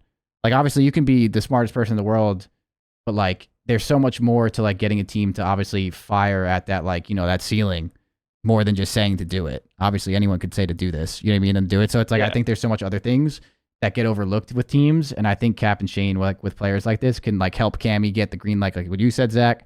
I think they can help him get to his potential, which if we get Cammy from Cold War, that's, you know, I mean, that's godlike. Yeah. So it's like, there's so much you can do. I think they'll mesh pretty well. I actually kind of like this team for the route that they're taking. I kind of like it too. The Abuza thing though is there is a world where, like what you said, Tommy, I do think Abuza is a risk that like you should be willing to take if you're one of these teams right now that isn't spending crazy. You know what I mean? Yeah, you're like, budget cutting. You're, I agree giving with out that. minimums. I would just like, bro, at this point, I'm surprised he hasn't been. Take a risk. Well, do you think so? Obviously, Linz is a name. You know, unless they tried and he went somewhere else. Well, that's where I'm getting to, which is, you know, Abuza and Linz are essentially rumored as a duo. Do you think like of the remaining teams, like a Minnesota or Seattle might take a chance on that duo and then kind of build around the team of two? Put another duo together, maybe? I feel like you have to at this point. Like I feel like right now, like if you were not spending crazy money or like whatever it is, like whatever the route you were going for, I feel like taking a risk of someone that's dropping a 1.6, whether or not he's playing the right way or the wrong way. You know what I mean? I've never watched like, you know, the mini map with him and other like, bro, he clearly has talent to do something, and you can work with that and mold it with the right coaching staff, etc. You know, like all the other stuff. Like, I think that's worth the risk right now to take someone like that, because that's someone that might take your team from potentially being like the 8th place team to like actually throwing you into the mix. You know what I mean? Which is like what you want to do. And if you're doing that with like the right spending, like that's really fucking good for your org. You know, that could be huge. So like, I don't know. I feel like I'm surprised that hasn't happened yet, like fully, but we'll see. And I don't know. I don't know much about Linz, to be honest. So. Well, like, so I think the one thing with players like this is keep in mind they're not from America. Yeah, true. They need to get work visas, which can take a minute. I know that, like with passports right now, there's a huge backlog. I assume there's the same with visas, especially for first-time petitioners for this type of work visa. It's going to be a second. And on top of that, like you gotta probably, in order to do that, help them with housing. Like there's a lot of pieces involved to make them comfortable here, and hope and pray, like just like Hydra, that they kind of make it work and they come here and like they don't get homesick and immediately want to go home and shit like that. So, you know, I agree with you. I think someone should take a risk on these guys. I think it's probably going to be like a Seattle or Minnesota is what it seems like. And I'm really curious who is going to pair with them. Do you agree, Tom? Oh, sorry, Ben. I was just saying you don't blink, bro. You're fucking locked right now, and I love that, Ben. I love that, bro. I appreciate that. Thank you. You know what I mean? But you're talking about Abuza going to Minnesota? I'm not just saying just Minnesota. I'm saying like in general, you do see like the Abuza, like we were talking about with Chris, like Abuza and Lin's kind of pairing up with another team of two. I think I think they are pairing up. I mean, they were. I could definitely see them pairing up and maybe going with it because I know Lin's is a sub, Abuza is an AR, so they pair up with another AR sub duo. Yeah, kind of where like they'll split 2 and 2. I just don't know who those people are, and honestly, I would take their word for it. I'd probably pick up Abuza and Lin's. And then I'd be like, who are you guys interested in playing with? Like, who do you guys know? Who do you guys want to? Because no, there's people, the people that are gonna know the most about challengers, they're people playing in challengers. They're gonna know who the hard players are. Because when you play against people, that's when you really get to know. How that's when you know. Is. Yeah, that is the ultimate test of like you don't realize how talented people are until you shoot against them. I don't care what their stats are. Exactly. I mean, you know people. Like there's just people that you play against, like regardless of what they're dropping or if they're in a hot part of their career, you know, like at the end of the day, there are people that are just godlike, and you can play against them and know that for sure. And don't get me wrong, like I would be like, Abuza Lynch, who do you want? If they said some stupid shit, I'd be like, all right, go fuck yourself. We're not picking him up. You know what I mean? I'm gonna probably like, if I'm a GM, I'm making a final decision. You know, so I'm gonna make sure that it's like good players, but it's always good to hear them out, who they think is good. You know, kind of. Talk to him a little bit, ask him questions and stuff. A lot of people are talking about Gwyn. Like Gwyn's a good shout. I know he was on the bench for Seattle, never even got an opportunity to get in there. I think a lot of people were waiting to see from him. So I know he was doing his thing. I mean, there's just people. Pentagram. I know Doug has been going on rants about. Yeah, Pentagram. I feel like Doug's been gassing that guy. And how good he is. Good. Is he? Yeah. And that's he should have been in the league before. Yeah, and there's a lot of players like that it's like shoulda, coulda, you know, maybe coulda happened, but didn't get that opportunity, and it's like, what's going on? Where if you build a team with all these guys, you know, it could be a really good risk. Like, you know, you could be getting a fucking low budget team on minimums that's fucking super high potential. But I mean, that's what you want to do if you're an org that's not trying to spend. That would be the best thing that you can do. And I mean, look at Kismet. I mean, bro, Kismet was, you know, in Black Ops 4, he was on the E6 team, and then he fell into the challengers pit for a little bit. You know what I mean? And then he came back and like 100%. Obviously like, you know, completely now look at him. It's like just because like you haven't been in the league doesn't mean there's a lot of people that like again can enter the league and play well. And with some of the teams that have been formed, the reason why I like risks like this a little bit more sometimes, depending like someone like Abuza right now, I feel like it's a no-brainer, is like some of the teams that get formed in the beginning of the years, like last year, it's just like a bunch of people you just know are not going to fucking work. You know, be like you just know they're not going to win. LAG to begin the season. No, seriously, seriously, they like example. You just like know they're not going to work, and it's just like, well, damn, you just spent a bunch of money to suck. Like, and like sometimes, like again, like I think like if you're in a GM spot, that's probably just like the worst thing you can do. So I'm very surprised to see like what people do with them. I think they're a no-brainer for one of these teams to take the risk on. Well, I think another no-brainer player who should definitely get a chance this year is Snoopy, and we've actually he's confirmed, right? Word on of his teammates now, so he's back and he's there, and they have picked up Priesta from the New York Subliners, and obviously Slusher was on her team last year. Chris is also joining Snoopy. They're still looking for one. So two-part question. We'll start with you, Zach. What do you think of that trio, and who do you think they should pick up as their fourth? I think that trio is actually really good. I think Snoopy, I think he has really high potential. Obviously, his screen looks really good. Like just eye test wise, he's really good. So I think Austin and Preston will help him, you know, learn the game a lot quicker and give him some good guidance to, you know, making the right plays and whatnot, and you know, playing correct COD. I think that they could low key go for. I don't even think it's like bad if they went and got Afro, or like one. I don't know. I wouldn't try for that team. I probably wouldn't try Lin. I think his name is. I would go for like. I would probably go for. I think Afro. Like right now, I think out of all the kind of picks right now, I think Afro is kind of like the main sub that I would pick up right now. I don't know exactly who all the list is. I don't think Capsule's not a bad look either, but I think Afro's kind of over him right now. Cap has like super high potential. He was actually playing like kind of lights out for Florida.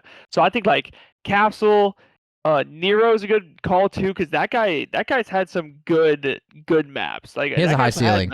He has a really high ceiling. So I think they already have someone with a high ceiling. Like I think they're already taking I think they're playing a high ceiling with Snoopy. So I think they need to get I think Afro's a little bit slower player. I think Snoopy's gonna be going like low key rogue. So I think that an Afro would be a really good pickup for that team. Yeah. Bance wouldn't be a bad shout. Hook, I think Hook would be I think probably Hook is probably the best actually. I forgot that Hook's been kind of in this, so I think they should get Hook if they can. To be honest, Yeah. I feel like him and Austin played already. Kyler Him and can take Austin over. played team like 5 times before Yeah, this. they've teamed a bunch. They've teamed But a lot. I think Hook's got like. I don't think they're gonna. I don't know. I don't know if they're gonna want to team with each other again. I just don't know who. about that. I don't know why. I don't know who else they can really get that makes more sense. Let me ask it to you this way, Chris. Can you see a world where Boston picks up some or one of the former sub players that have been on their roster, even going as far back as last year? Maybe. I mean, like, it's weird, dude. Like, the whole Hook thing, I feel like Hook's got something figured out because he's not on any of these rumors rosters. And I feel like, with that being said, I feel like he's pretty particular with his teammates and stuff. So I think he's got something figured out. It's why I don't really even, like, include him in a lot of these conversations yet. But regardless, if it's the team I think he's on, dude. I don't even know that team you're talking about yet. But yeah, but regardless, it's like you have Vivid, you have Nero, right? The older Boston players. And, like, I think Nero's got a high ceiling. He's got a weirdly, like, sometimes weird floor, but I do think he's pretty good, to be honest. I don't even know if he should have gotten dropped this year, to be honest with you, like on their team. But I'm sure Boston management knows a lot about them. Afro's not a bad shout, depending. I'm assuming since he hasn't been fully rumored there, I don't know if he even wants to do something like that. I think Cap is a sleeper, dude. I like Cap. Yeah. I think Cap's a sleeper. I think he's a lot better than what people make him out to be on a team like this. I know, like, Cap can kind of go rogue sometimes too, in the sense, like, with Snoopy, like, depending on how they play. But I feel like the way Boston's going to do it is, like, Austin and Preston are going to want people with a high-ass ceiling that they can mold because they're both pretty goddamn smart. You know what I mean? And I think they're going to try and, like, I mean, Preston has shown that he's very good at filling in gaps for anybody. And, like, he's going to be able, he's like, Preston knows how to win, right? So, like, he's going to be able to play around anything and make it work. And if they have people that are going crazy and stuff, like, Preston's probably one of the best people you can get to do something like that. So, like, yeah, I feel like they're going to go with someone like Cap or some stuff. I mean, well, we actually we played with Cap for that, like, yeah, you guys, didn't you win your match? 2 matches. So we ended up losing Toronto. We just couldn't beat them that year, so it's not on Cap. But we ended up winning the next match. And I will say, practicing with Cap was actually really good. I feel like our practice was actually going really well, and I feel like it's actually really easy to play with him. I think he makes the game. Like, obviously, that was a little bit earlier in the game as well, so he probably didn't have it, like, as figured out. Same with us. But he definitely made a few rogue plays. But I feel like playing with him, like, bro, he'll go in first. Like, you can easily be behind him every single time. Like, I actually do rate Cap pretty high. I think he's probably tied with Afro on my list of, like, 1 and 2 in the offseason, like, if I don't count Kyler. So I would say Caps was actually a really good shout. I feel like he's just really easy to play with, and I think that he should be on a good team, and people should definitely watch out for him because he was playing really good at the end of Florida, and they obviously beat Optic that Major 5. Yep. And they beat us fucking online. I know who Boston is picking up, but I can't say it. Say it. Who is it? Just say it. Wait, I won't listen. I won't upload this to YouTube until after the announcement. There you go. No one will know. Only the people that are watching live. I would just fucking leak it if I could. Ben, can I leak it? What do you mean? I know who it is. Well, how are you asking me if you can leak it? I didn't tell you. He wants a stamp of approval from you, Ben. Yeah. I don't know why. I don't know why you're asking me for fucking permission. Imagine Tommy just blurted it out. Fuck it, just said it. I mean, this is up to you, Tom. Okay, I will say this. Okay. Y'all have been saying his name. I will say that. Oh, interesting. Well, we said a lot of names, but all right. Ooh, we'll see. Interesting. I guess we'll find out. Y'all been saying it. I guess we'll find out. Let's Cap. Yeah, I think Cap would be an interesting out of this team. The second run with Boston, obviously he started off bright with them, and then they kind of moved on from him early. I have no idea. The Vanguard year, if he came back, kind of helped them win a championship. It'd be a nice full circle for him in the squad. On the flip side of that, now that Preston's obviously not on New York anymore, it seems like Sib, aka Dante, will be going in for a spot. That was reported by Jacob Hale a while ago. We haven't heard anything recently, so I'm thinking that is a no P locked. Going to start again with you, Zach. What do you think about Dante going off to New York to replace Preston? I think Dante is probably one of the better. Probably for flex wise, I think he was probably one of the best fits to replace him. I just think New York's going to hell for ever letting it happen. I think when you win the first tournament, and then go back to end the year with the way their composure and how they talked as a team. They came from losers. I'm pretty sure all 3 times they ended up winning the tournaments. I don't. Obviously, I have no clue what's going on inside their camp. But if there was any way, I don't see a world where they shouldn't have been able to keep that team. There should have been money off people's salaries, and whatever you can do to get that team, you stay with that team. They proved that they were the best team of the year. They won 3 tournaments, and there's no reason that they should not be the same team as it was. But I think Dante's a good pickup, especially for the flexes out right now. I think that he will come in, and I think that they will still be really good. I just don't think that they're going to have the same form or composure or team chem that they had, and I think this is a big mistake out of New York. Chris, what do you think? I mean, I think like in the sense of people to replace Preston, I think Sid was the best replacement. I don't think there was like anything else to do there. But yeah, it was definitely odd to me that they won, and like regardless, I don't think New York is going to be bad either way. You guys, like everyone knows, I'm definitely biased with Preston. I think very highly of Priesta. I think that kid knows how to win more than a lot of people in the league. You know, like everyone's heard me speak about him. And with that being said, like I think he brings a lot of teamwork to them and stuff that like can be overlooked. I don't think New York is going to be bad either way, but I do think like dropping him could be like a mistake. With just the reason why is I feel like that New York team clicked so well teamwork wise. I feel like that was a big thing that they had on a lot of teams that like a lot of other teams didn't really have at the time. Like I feel like their in-game teamwork was really good. I was smooth. I feel like Preston's comms, like I watched their finals comms, like of the when they played in the finals, and I feel like Priesta was a huge pillar of like being like, yo, I've been in the finals before this shit. I've lost this shit like twice now. Like not happening again. Like do this, do that. Like I feel like he was very directional with like how he like played all that stuff, and I think he brings a lot of that. So like I think it could be a huge like issue potentially for them, but at the same time, like I also don't know if like a lot of their teamwork came from other things. But yeah, I'm surprised that they decided. Like yeah, I'm surprised they made that change. Like, and I also I'll say this, I don't think they'll be bad either way, but I also am not fully buying like they wanted to drop Preston. Exactly. Listen, can I go now? Yeah, because that's what I'm going to bring that up next, because I feel like that's what people want to hear about too. I feel like there's no way, like, listen, there's probably 2 sides of the story. I'm sure there's other shit that has happened, but I feel like they wanted to, they thought they were upgrading, and I feel like that's just what it was. And like, if that's how they feel, that's how they feel. But like, I feel like the whole way this was like put out there too was odd. Like, I don't think this was fully like, oh, like we couldn't pay Preston anymore, let's just get rid of him. Like, I don't, you know what I mean? Like, I don't know. Bro, they didn't want to play with Preston. Yeah, that's how I feel. On top of that, it's really weird that they didn't want to play with him. Because if they wanted to play with him, he'd 100% be on the team. They would have made it work. That's how I feel. They had to be. That's my thing. I think they just wanted to. No fucking way. And then on top of that, like Chris, everything you were saying about Preston, about everything else that he does for a team, like, listen, man, not everybody's going to drop like 1.5s on a team. It's just not going to happen. And Preston has that ceiling where he can, in a series, just pop the fuck off and go nuts. Like we've seen it so many times.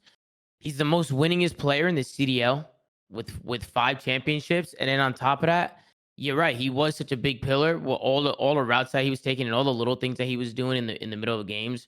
Like he was a big part of the reason, or a big reason why they were winning.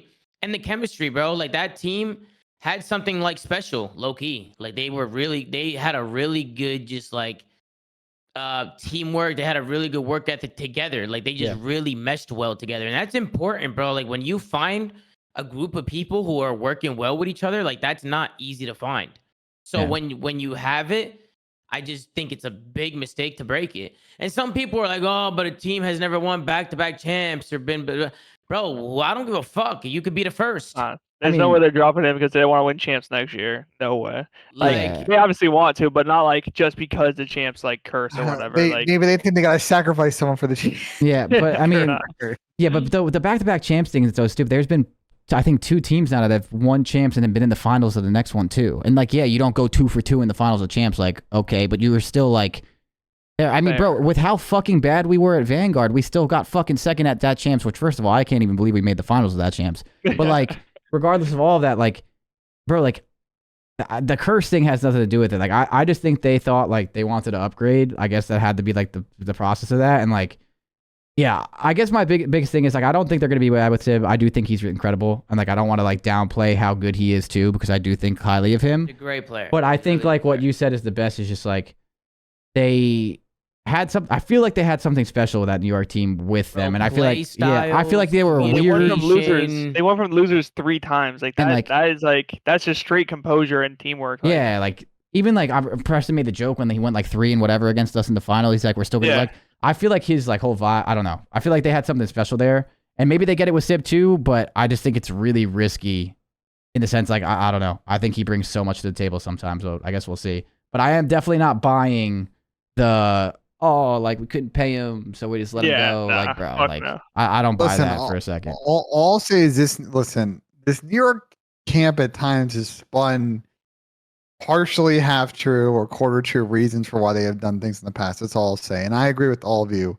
If they wanted to play with him, they would have made it work salary wise. They didn't, but it makes me think that they didn't want to play with him. And I'm surprised. I know Preston said he was going to put out a video. Yeah, I thought he did not do it. He didn't do it. Oh. I haven't seen the video. I mean, someone in the chat let us know the video came out, but I'm very curious to hear Preston's side of the story on this one, because I think he has an opportunity to kind of tell on the record about his perspective and like what was communicated to him. Well, I mean, but then there's also 2 sides to every story, right? I mean, you also got to ask the New York squad why. You know, why did you guys want to? I mean, you know, there's could always be more to it. Like I'm sure there is. I don't know. You know, I'm sure there is. There has to be. There has to be more to it. There has to be. There's no way. But at the end of the day, if they want to play with him, bro. I don't know. It could be the most insane shit. They need to keep that roster. It's just insane. Like, I feel like either Preston said no and said like I'm not doing that period, and then got himself dropped that way. Which knowing Preston, I'd be very surprised that's how that went. And then vice versa, it's like I think they just I don't know. I think they just wanted to do that. There's no way in this world where those guys wanted to play with him, right? And then New York was just like, sorry guys, we can't. And there's no way, bro. I mean, there is a way. There is a way. You've been on New York before, Tom. Right? You've been on New York before, like knowing their management. Do you think that's a possibility? I don't know. I have no fucking idea. I have no clue. I mean, shit. Depends who you're talking to. They had a bad cop, good cop thing going on over there. You know what I mean? But I just feel like there's no way that ownership is just making unilateral decisions and not trusting the players who just built a team that won champs to like decide. That's why I feel like the players have to be somewhat complicit in this, and maybe the org's going to protect them and say it was a management decision. But obviously, that's why Preston's got an opportunity to kind of get out in front of that and like say his kind of story and I'm so set the record. I'm so fucking confused. It is a very confusing situation for sure, because there hasn't been a lot of and if it came down to it, where it was like New York's decision, like the organization, like Farzam or some shit, I'd just call Farzam. Farzam, what are you doing, bro? Damn, bro. You're gonna get him and be like, the fuck? Yeah, bro. You know what? I love Farzam, bro. Farzam is, we text back and forth sometimes, and I'll just tell him, I'll be honest with him. I've always been honest with Farzam, always. Like, I feel like that's important. So like, I don't know. But I don't know if that's, I don't think that was the case. I really don't know what's going on here. I would think that if they wanted P-Dog, the players would play with him. Or if the players wanted him, he would be there. That's where I'm at right now. Yeah. And clearly, in my mind, they didn't want to play with him. So unless Preston has another story or there's something else going on over there, then I don't know. But that's the way I look at it. I know the New York camp too, like Farzam and them, like they want to do what's best for the players. They want a winning team. Yeah. New York subliners care about having a winning team, bro. Like they care over there. Like they're New York. Like, I'll say one thing. I'll say one thing. Like making a change after champs isn't like as crazy as it seems sometimes, in the sense of like obviously you want to keep winning and stuff. I just think like the way it went down, like I'm sure I feel like I guess like they probably wanted to make it like they couldn't pay Preston or whatever it was, and then they probably just said like we could probably get Sib, and then like they probably got people to like change their minds and stuff. I just don't think if all the players said like yo we really want to play with Preston, and like they were like no fuck you, we're doing this. But like again, I think they're still going to be good with Sib. I do think they will be good with Sib. Yeah, I just think they had something special with their teamwork, so it's just a really big risk. But I don't think, regardless, they will be bad with Dante, because I do think Dante is good at, like, obviously disgusting. No, he's really good. Yeah. I think that they're still gonna be a top team. I just don't think they're gonna be as consistent as they once were. And like, I don't know, that they had a really good team. They won 3 events. I think that the most events anyone's won in one game. Or no, actually no. Cold War FaZe won 3 events, or Yeah, Yeah, I you mean, guys won 3. Yeah. In Cold War. yeah. Cold War, we won 4. I mean, What? listen, You from guys cheated. their Yeah, perspective, 1, 3, we- 1, 3, 4 in champs, right? Yeah, we won 4. Yeah. Damn. they're trying to pack a punch, bro. Yeah, no, Four, and again, I respect that. That's what I'm saying. Like, I do respect You that. know, they're trying to pack a punch, and it's either gonna work or not work. And that's the risk that they're willing to take. That's all it really comes down to. And we'll see if it pays off. Dante's obviously a really good fucking player. That guy's got a snap on him for sure. Oh yeah, really he's good. just super straight. Well, I think Might smoke him, but he's pretty good. Yeah. it's been a decently lengthy episode, so I think we can call it there. Drazah, I appreciate you Awesome. coming on. I assume Chris feels the same way. Of course. I think you're gonna enjoy being coached by him, so that should be fun. I don't know so much about RJ, but whatever. He's not here. He said he wanted to come on the show and then didn't appear, so All good. not much I can do about that one. But I appreciate you coming on. Obviously, Yeah, appreciate if you you guys, having me. no problem. If you guys are watching this on Twitch, you can always go back and watch it on Crowder's YouTube. Chris, what's your YouTube again? Twitch.tv/CrowderYT, I want to say. That's your Twitch. What's your YouTube?